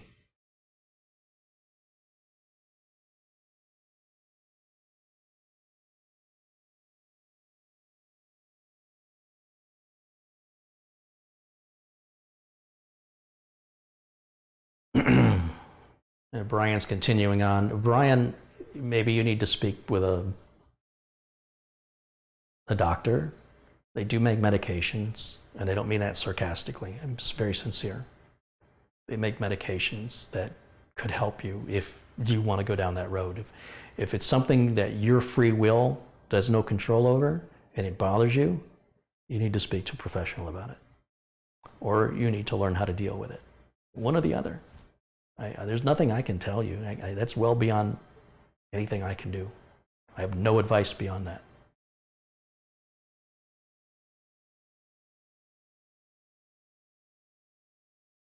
Carrie, what will happen to privacy in 10 years? I can't tell you, it's private.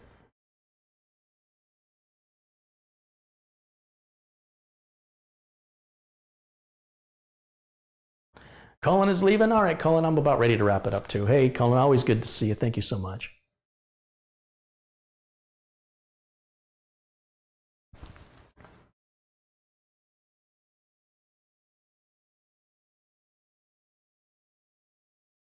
Diacom says, you've certainly ended up with the correct career looking back. No, I don't think so.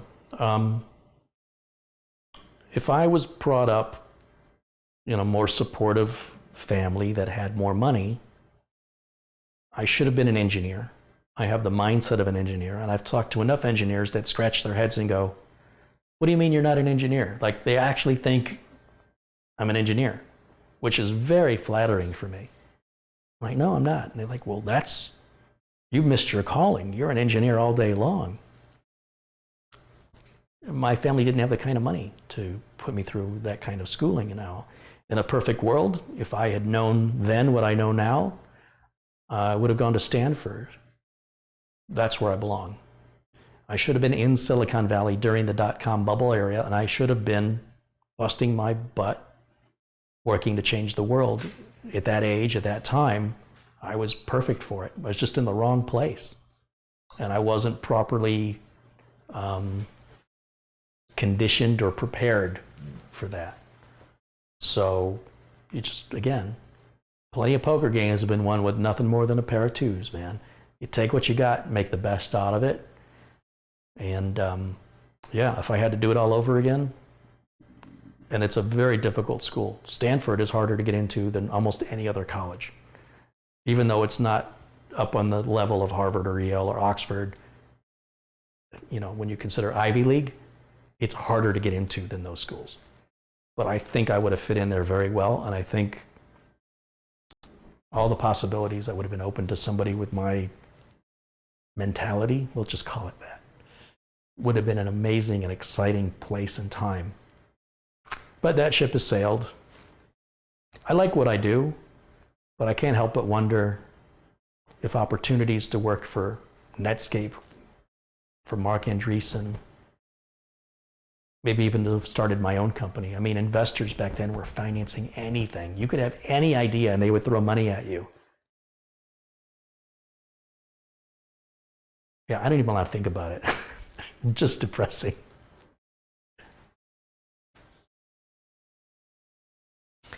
He says, oh, I just meant between a mechanic and PC service. PC service has more of a future. So the benefit of PC service is, number one, you're not working out the heat. I don't know how Subaru and Mike can work in this heat. It's one thing when you're 20, 30 years old, but when you're 50 years old in this oppressive heat. It's hard. And you see how skinny Mike is because he's out in that heat every day. You think about all the dirt under his fingernails and the carcinogens. What are the odds of getting cancer from that day in and day out? How much of that is getting into your food if you eat with your hands, touch anything with your hands? Soap can only get so much off. And you're working on hot engines. And you're busting up knuckles. It's hard physical work. And it's dangerous. If a jack breaks and the car falls on you, you're screwed. It's dirty. It's hard. It doesn't pay all that great. So I get to work in an air-conditioned building, and I work on computers that maybe are dusty, but they're not greasy. Probably shouldn't be carcinogenic. So in that sense, it's smarter.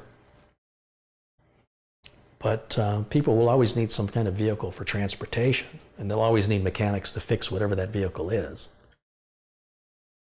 So I don't know that there's more of a future in one or the other, but one's more physical and one's more mental.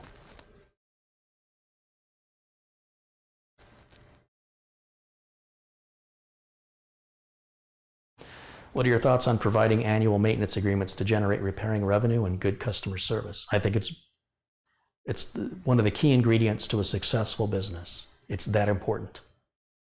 When you're self-employed, you need to figure out a way to have some regular income coming in, like a paycheck from an employer.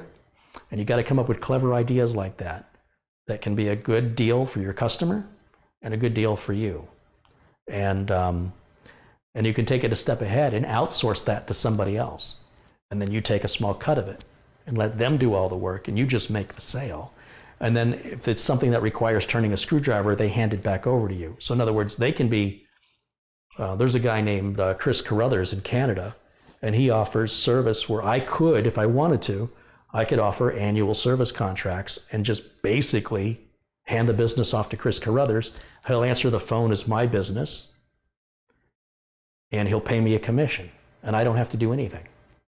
But if it's a problem he can't fix, like let's say a bad power supply or a bad cable modem, he kicks the service ticket back over to me that requires an on-site call, and they tell the customer, this is going to cost you more because we can't fix it remotely. It's not part of the contract. It's all stated in the contract. Then I go out to the customer who says, oh, wow, I'm getting car-ey. I'm getting the main guy in the business. They don't realize it's not even my business. They think it's somebody who works for me that's been helping them. It's a great little illusion. Everybody does it, by the way. It's typical to contract out. Nothing wrong, nothing immoral or unethical about it. And it's just another way of doing business. And it can generate money while you sleep and let the other guy in Canada do the work. Well, he doesn't have to be in Canada, but in this example, he's in Canada. Let the customers call him. Let him do the billing. Let him handle the problems. And then you just make a commission from it. And if you do that enough, you don't even have to work. You just sell it. Sell enough of it and have that regular income coming in. Go have a vacation. I need more out of my life than that. I need to do things. I need to fix things. I need to feel like I need a reason to get up in the morning, because if I don't, something isn't going to get done, something only I can do. So that doesn't really play well with my mentality. And the downside, of course, is if he upsets one of your customers, they're under the impression he's your employee, and they're going to be upset at you. So you got to be very careful over that side of the business. But he's been doing it, Chris has been doing that a number of years now, so clearly he's doing something right.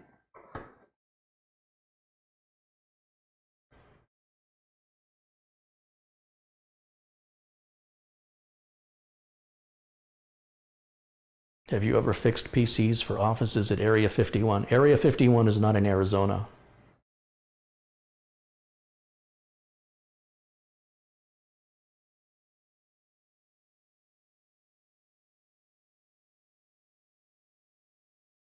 The lines between cars and computers is becoming very thin. It isn't. It really isn't. The internal combustion engine hasn't really changed much since its invention. But when you talk about the electric car, specifically the Tesla, now the line's getting blurred, because it's basically nothing more than a big computer with a watermelon-sized electric motor, or like in the performance cars, 2 watermelon-sized. That's how big the motor is. It's about the size of a watermelon. And everything else is computer controlled. But on modern cars today, As long as you've got an internal combustion engine, it's pretty much the same design as they've always been for 100 years. Not much has changed. They're more efficient, but the whole four-stroke engine is still the same. Just because your car has Bluetooth and a rear camera, blind spot detection, it's really not coding that you're going to fix as a mechanic.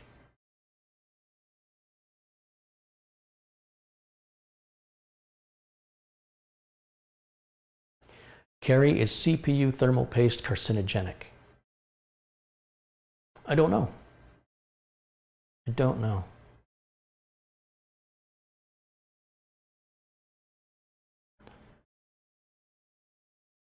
I think for it to be carcinogenic, you'd have to be sort of buried in it constantly. Like a mechanic is constantly covered in grease and oil every day, 8 hours a day.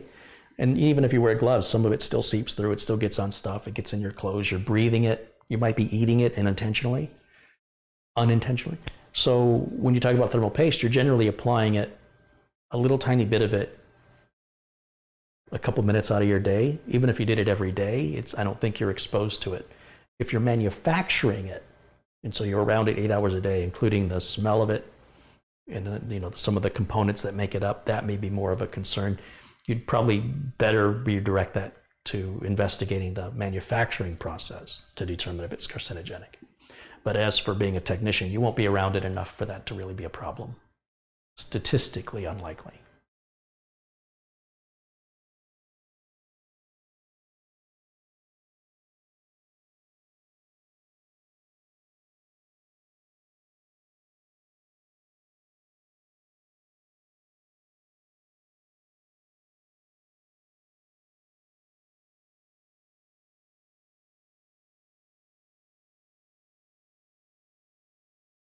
Carrie, the Suburban automobile went from 7 computers in the 2013-2014 model to over double that in the 2014 and 2015 models. So what you have to understand about car manufacturing is it's not efficient. It's a mess. So I'm going to say so a lot. So let's say you're General Motors. How do you make a car? Your engineers design the car, let's say. They know the size they want it to be. They know the body and how it's going to look. And then you outsource your transmission, you outsource your brakes, you outsource your rotors, you outsource your rims, you outsource your interior, from your seats to your radio, to your dashboard, to your steering wheel. And it's not outsourced to one place. It's outsourced to the lowest bidder. And then each one develops their own computer system, and they have to develop it so that they can talk together. It's a mess. It's a bureaucratic mess. A company like Tesla, one computer covers the whole car because they do it all in-house.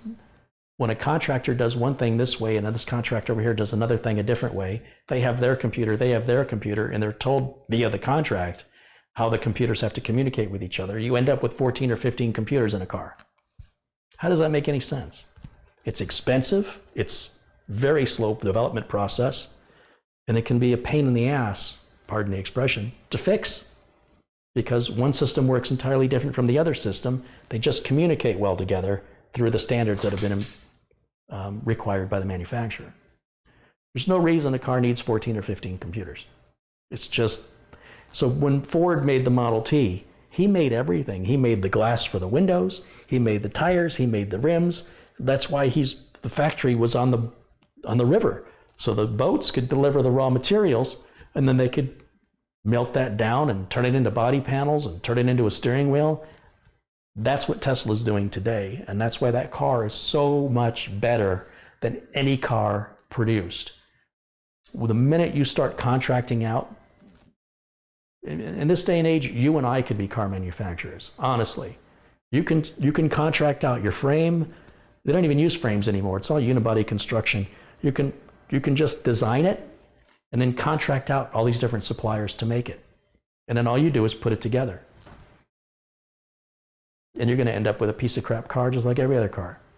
You want a good car? You got to design it in-house, have full control over everything. You can control expense, you can control fitment, you can control communications through the computer system. Easy. We've gone backwards. It gives a lot of people jobs, and it helps keep the money flowing, but it's very inefficient, and it results in a product that lacks in quality over the long term. It may be good for a few years, but over the long term, it's not going to be very good. I would suspect a Tesla will last much, much longer than a modern built car from any other manufacturer.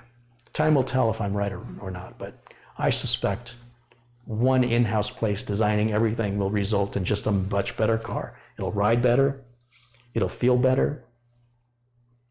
It's one mind. It's one group of people working from the same concept and idea and motivation versus this company that just makes car seats and this company just makes airbags.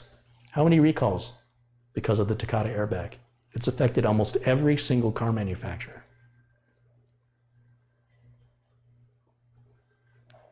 But that's the world we live in.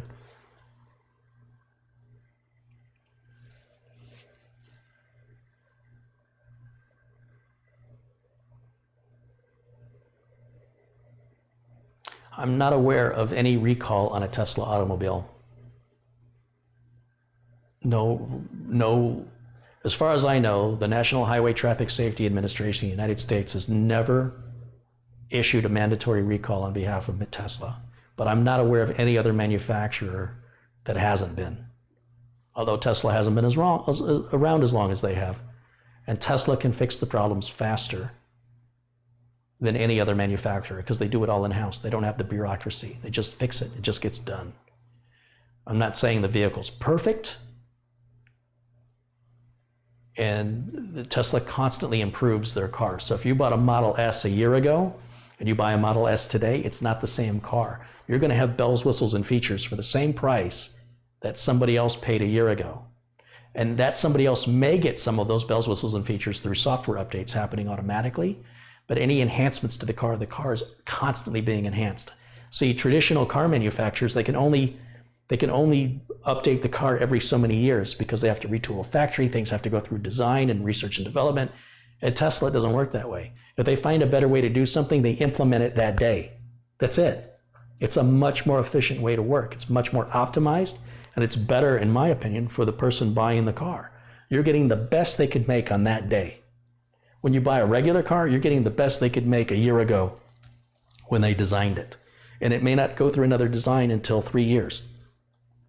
And even then, it'll be a minor little thing. It's efficiency versus bureaucracy. It's logic. It doesn't make one perfect. It doesn't mean Teslas are void of all problems. But it means they're less likely to have problems. And when they do, they're more likely to fix them faster because they don't have all the red tape. They have almost no red tape. And the red tape they do have, they're suffering from the government pushing it on them.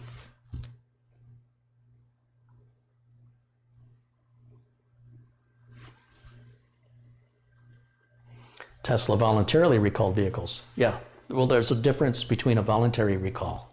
I didn't say anything about a voluntary recall, did I? It's like someone's trying to outsmart me, but they're not listening.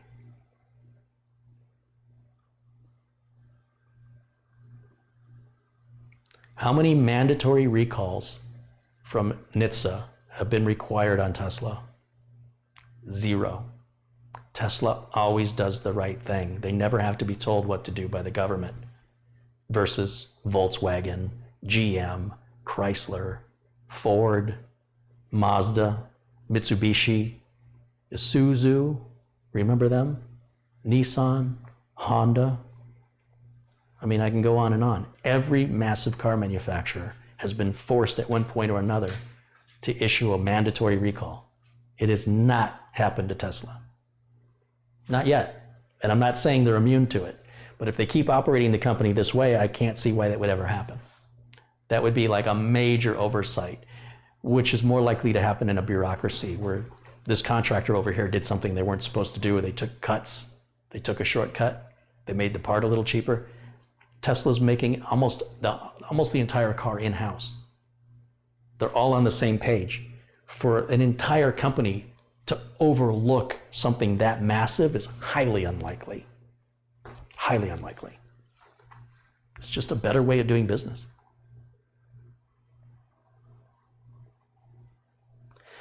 Will I be doing any more computer club stage shows? Yes, mid-November I've got a presentation over at Sunflower Computer Club. And then I think I've got one coming up in January or February. I'm only going to do maybe 3 this year, maybe 4. I'm not going to do very many this year.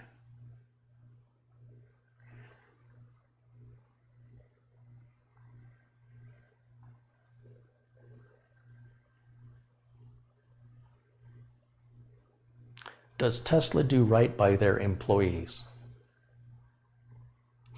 You know, nobody's forced to work at Tesla. If the employees feel like Tesla's not doing right by them, they can quit. This is not socialism. They're not required to go to work someplace where they didn't ask to go to work. If you don't like how you're being treated at work, quit. It's not my job to make sure to look out after you and your employer. That's for you to decide. So based on the number of employees Tesla has and how wealthy many of them are, it kind of comes to fit that they're happy. But with any company, you're going to have people who don't fit in, who don't agree to the company's ideals, and will down talk the company when given any opportunity. Sour grapes. If you don't like the way you're being treated, don't work there. It's very easy.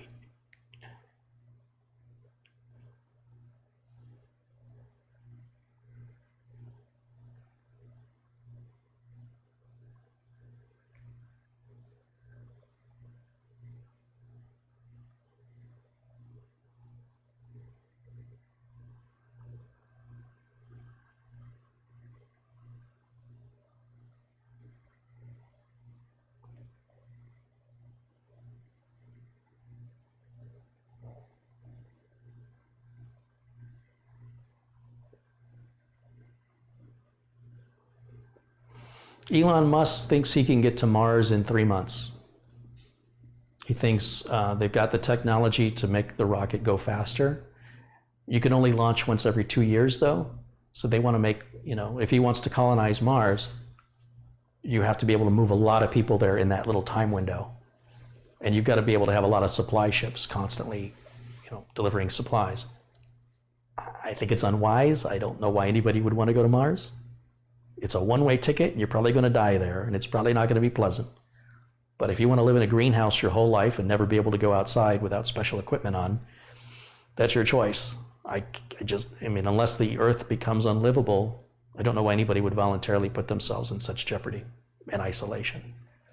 But it's not for me to decide, is it? If that's what you want to do, you should do it.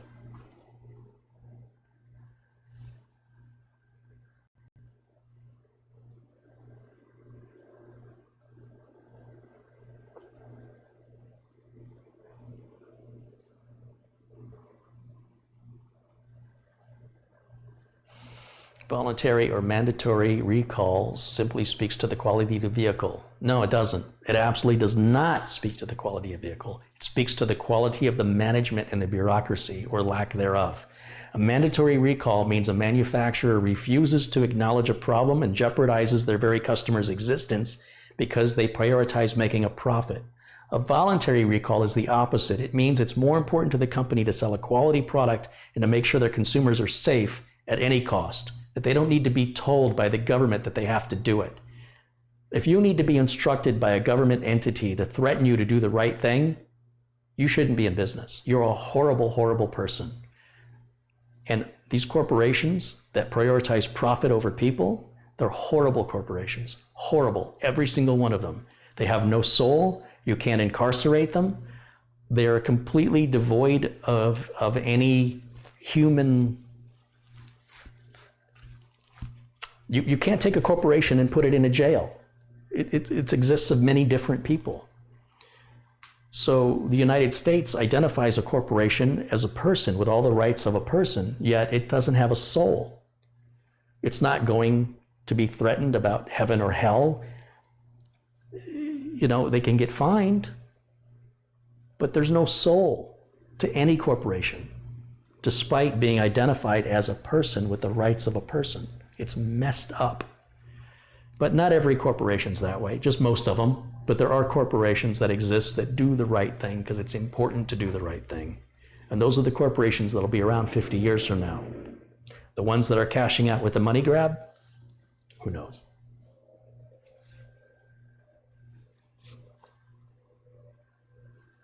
That's my opinion. I'm a very anti-corporation kind of guy. But then so is George Lucas, and he's one of the biggest. He's become the very thing that he was up against, that he hated. Isn't that ironic? It's funny how life is sometimes.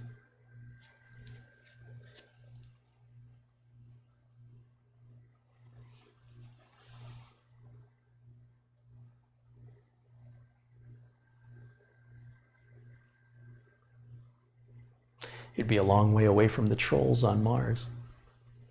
No, there'd be internet there. The trolls would be there virtually, I can assure you.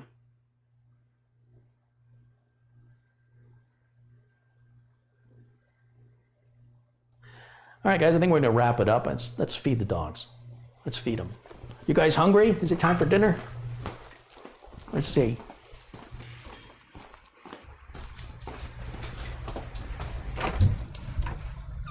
Come on, Lyle, let's get some dinner. Are you hungry? Are you hungry, boys? Is it your dinner time? Here they come. Here comes the army. Yeah. Okay, let's turn the camera around. It's the Lyle and Jimmy show, starring Lyle and Jimmy. Here we go. Let's see. Let's feed Jimmy first. So let me put this camera over here. We'll see if Jimmy's going to do his leap today. Here we go. All right, boy, let's get some food. Let's get some food. Hey, jump, jump. Oh, good boy. That was a good jump. Yeah, thank you for not tripping on my cables. You ready? Hold on. Okay. All right, there's one. And let's flip this over here to Mr. Fuzzy Butt.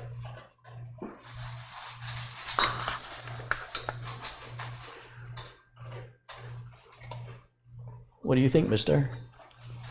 Are you ready for your dinner? Yeah? Is it time for your dinner? Is this what you want? Oh, I dropped a piece. You're such a good boy. You're just working it today, aren't you? You just mastered working it. Good boy. There you go. All right, guys. Maybe that's how I end every show. So thank you so much for watching. I need to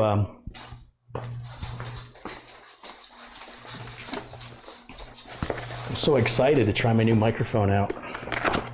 I hope this is everything it's been made out to be.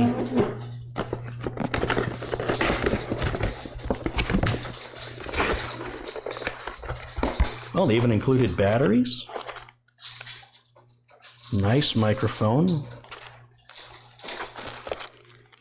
There's one pack there. It's much lighter.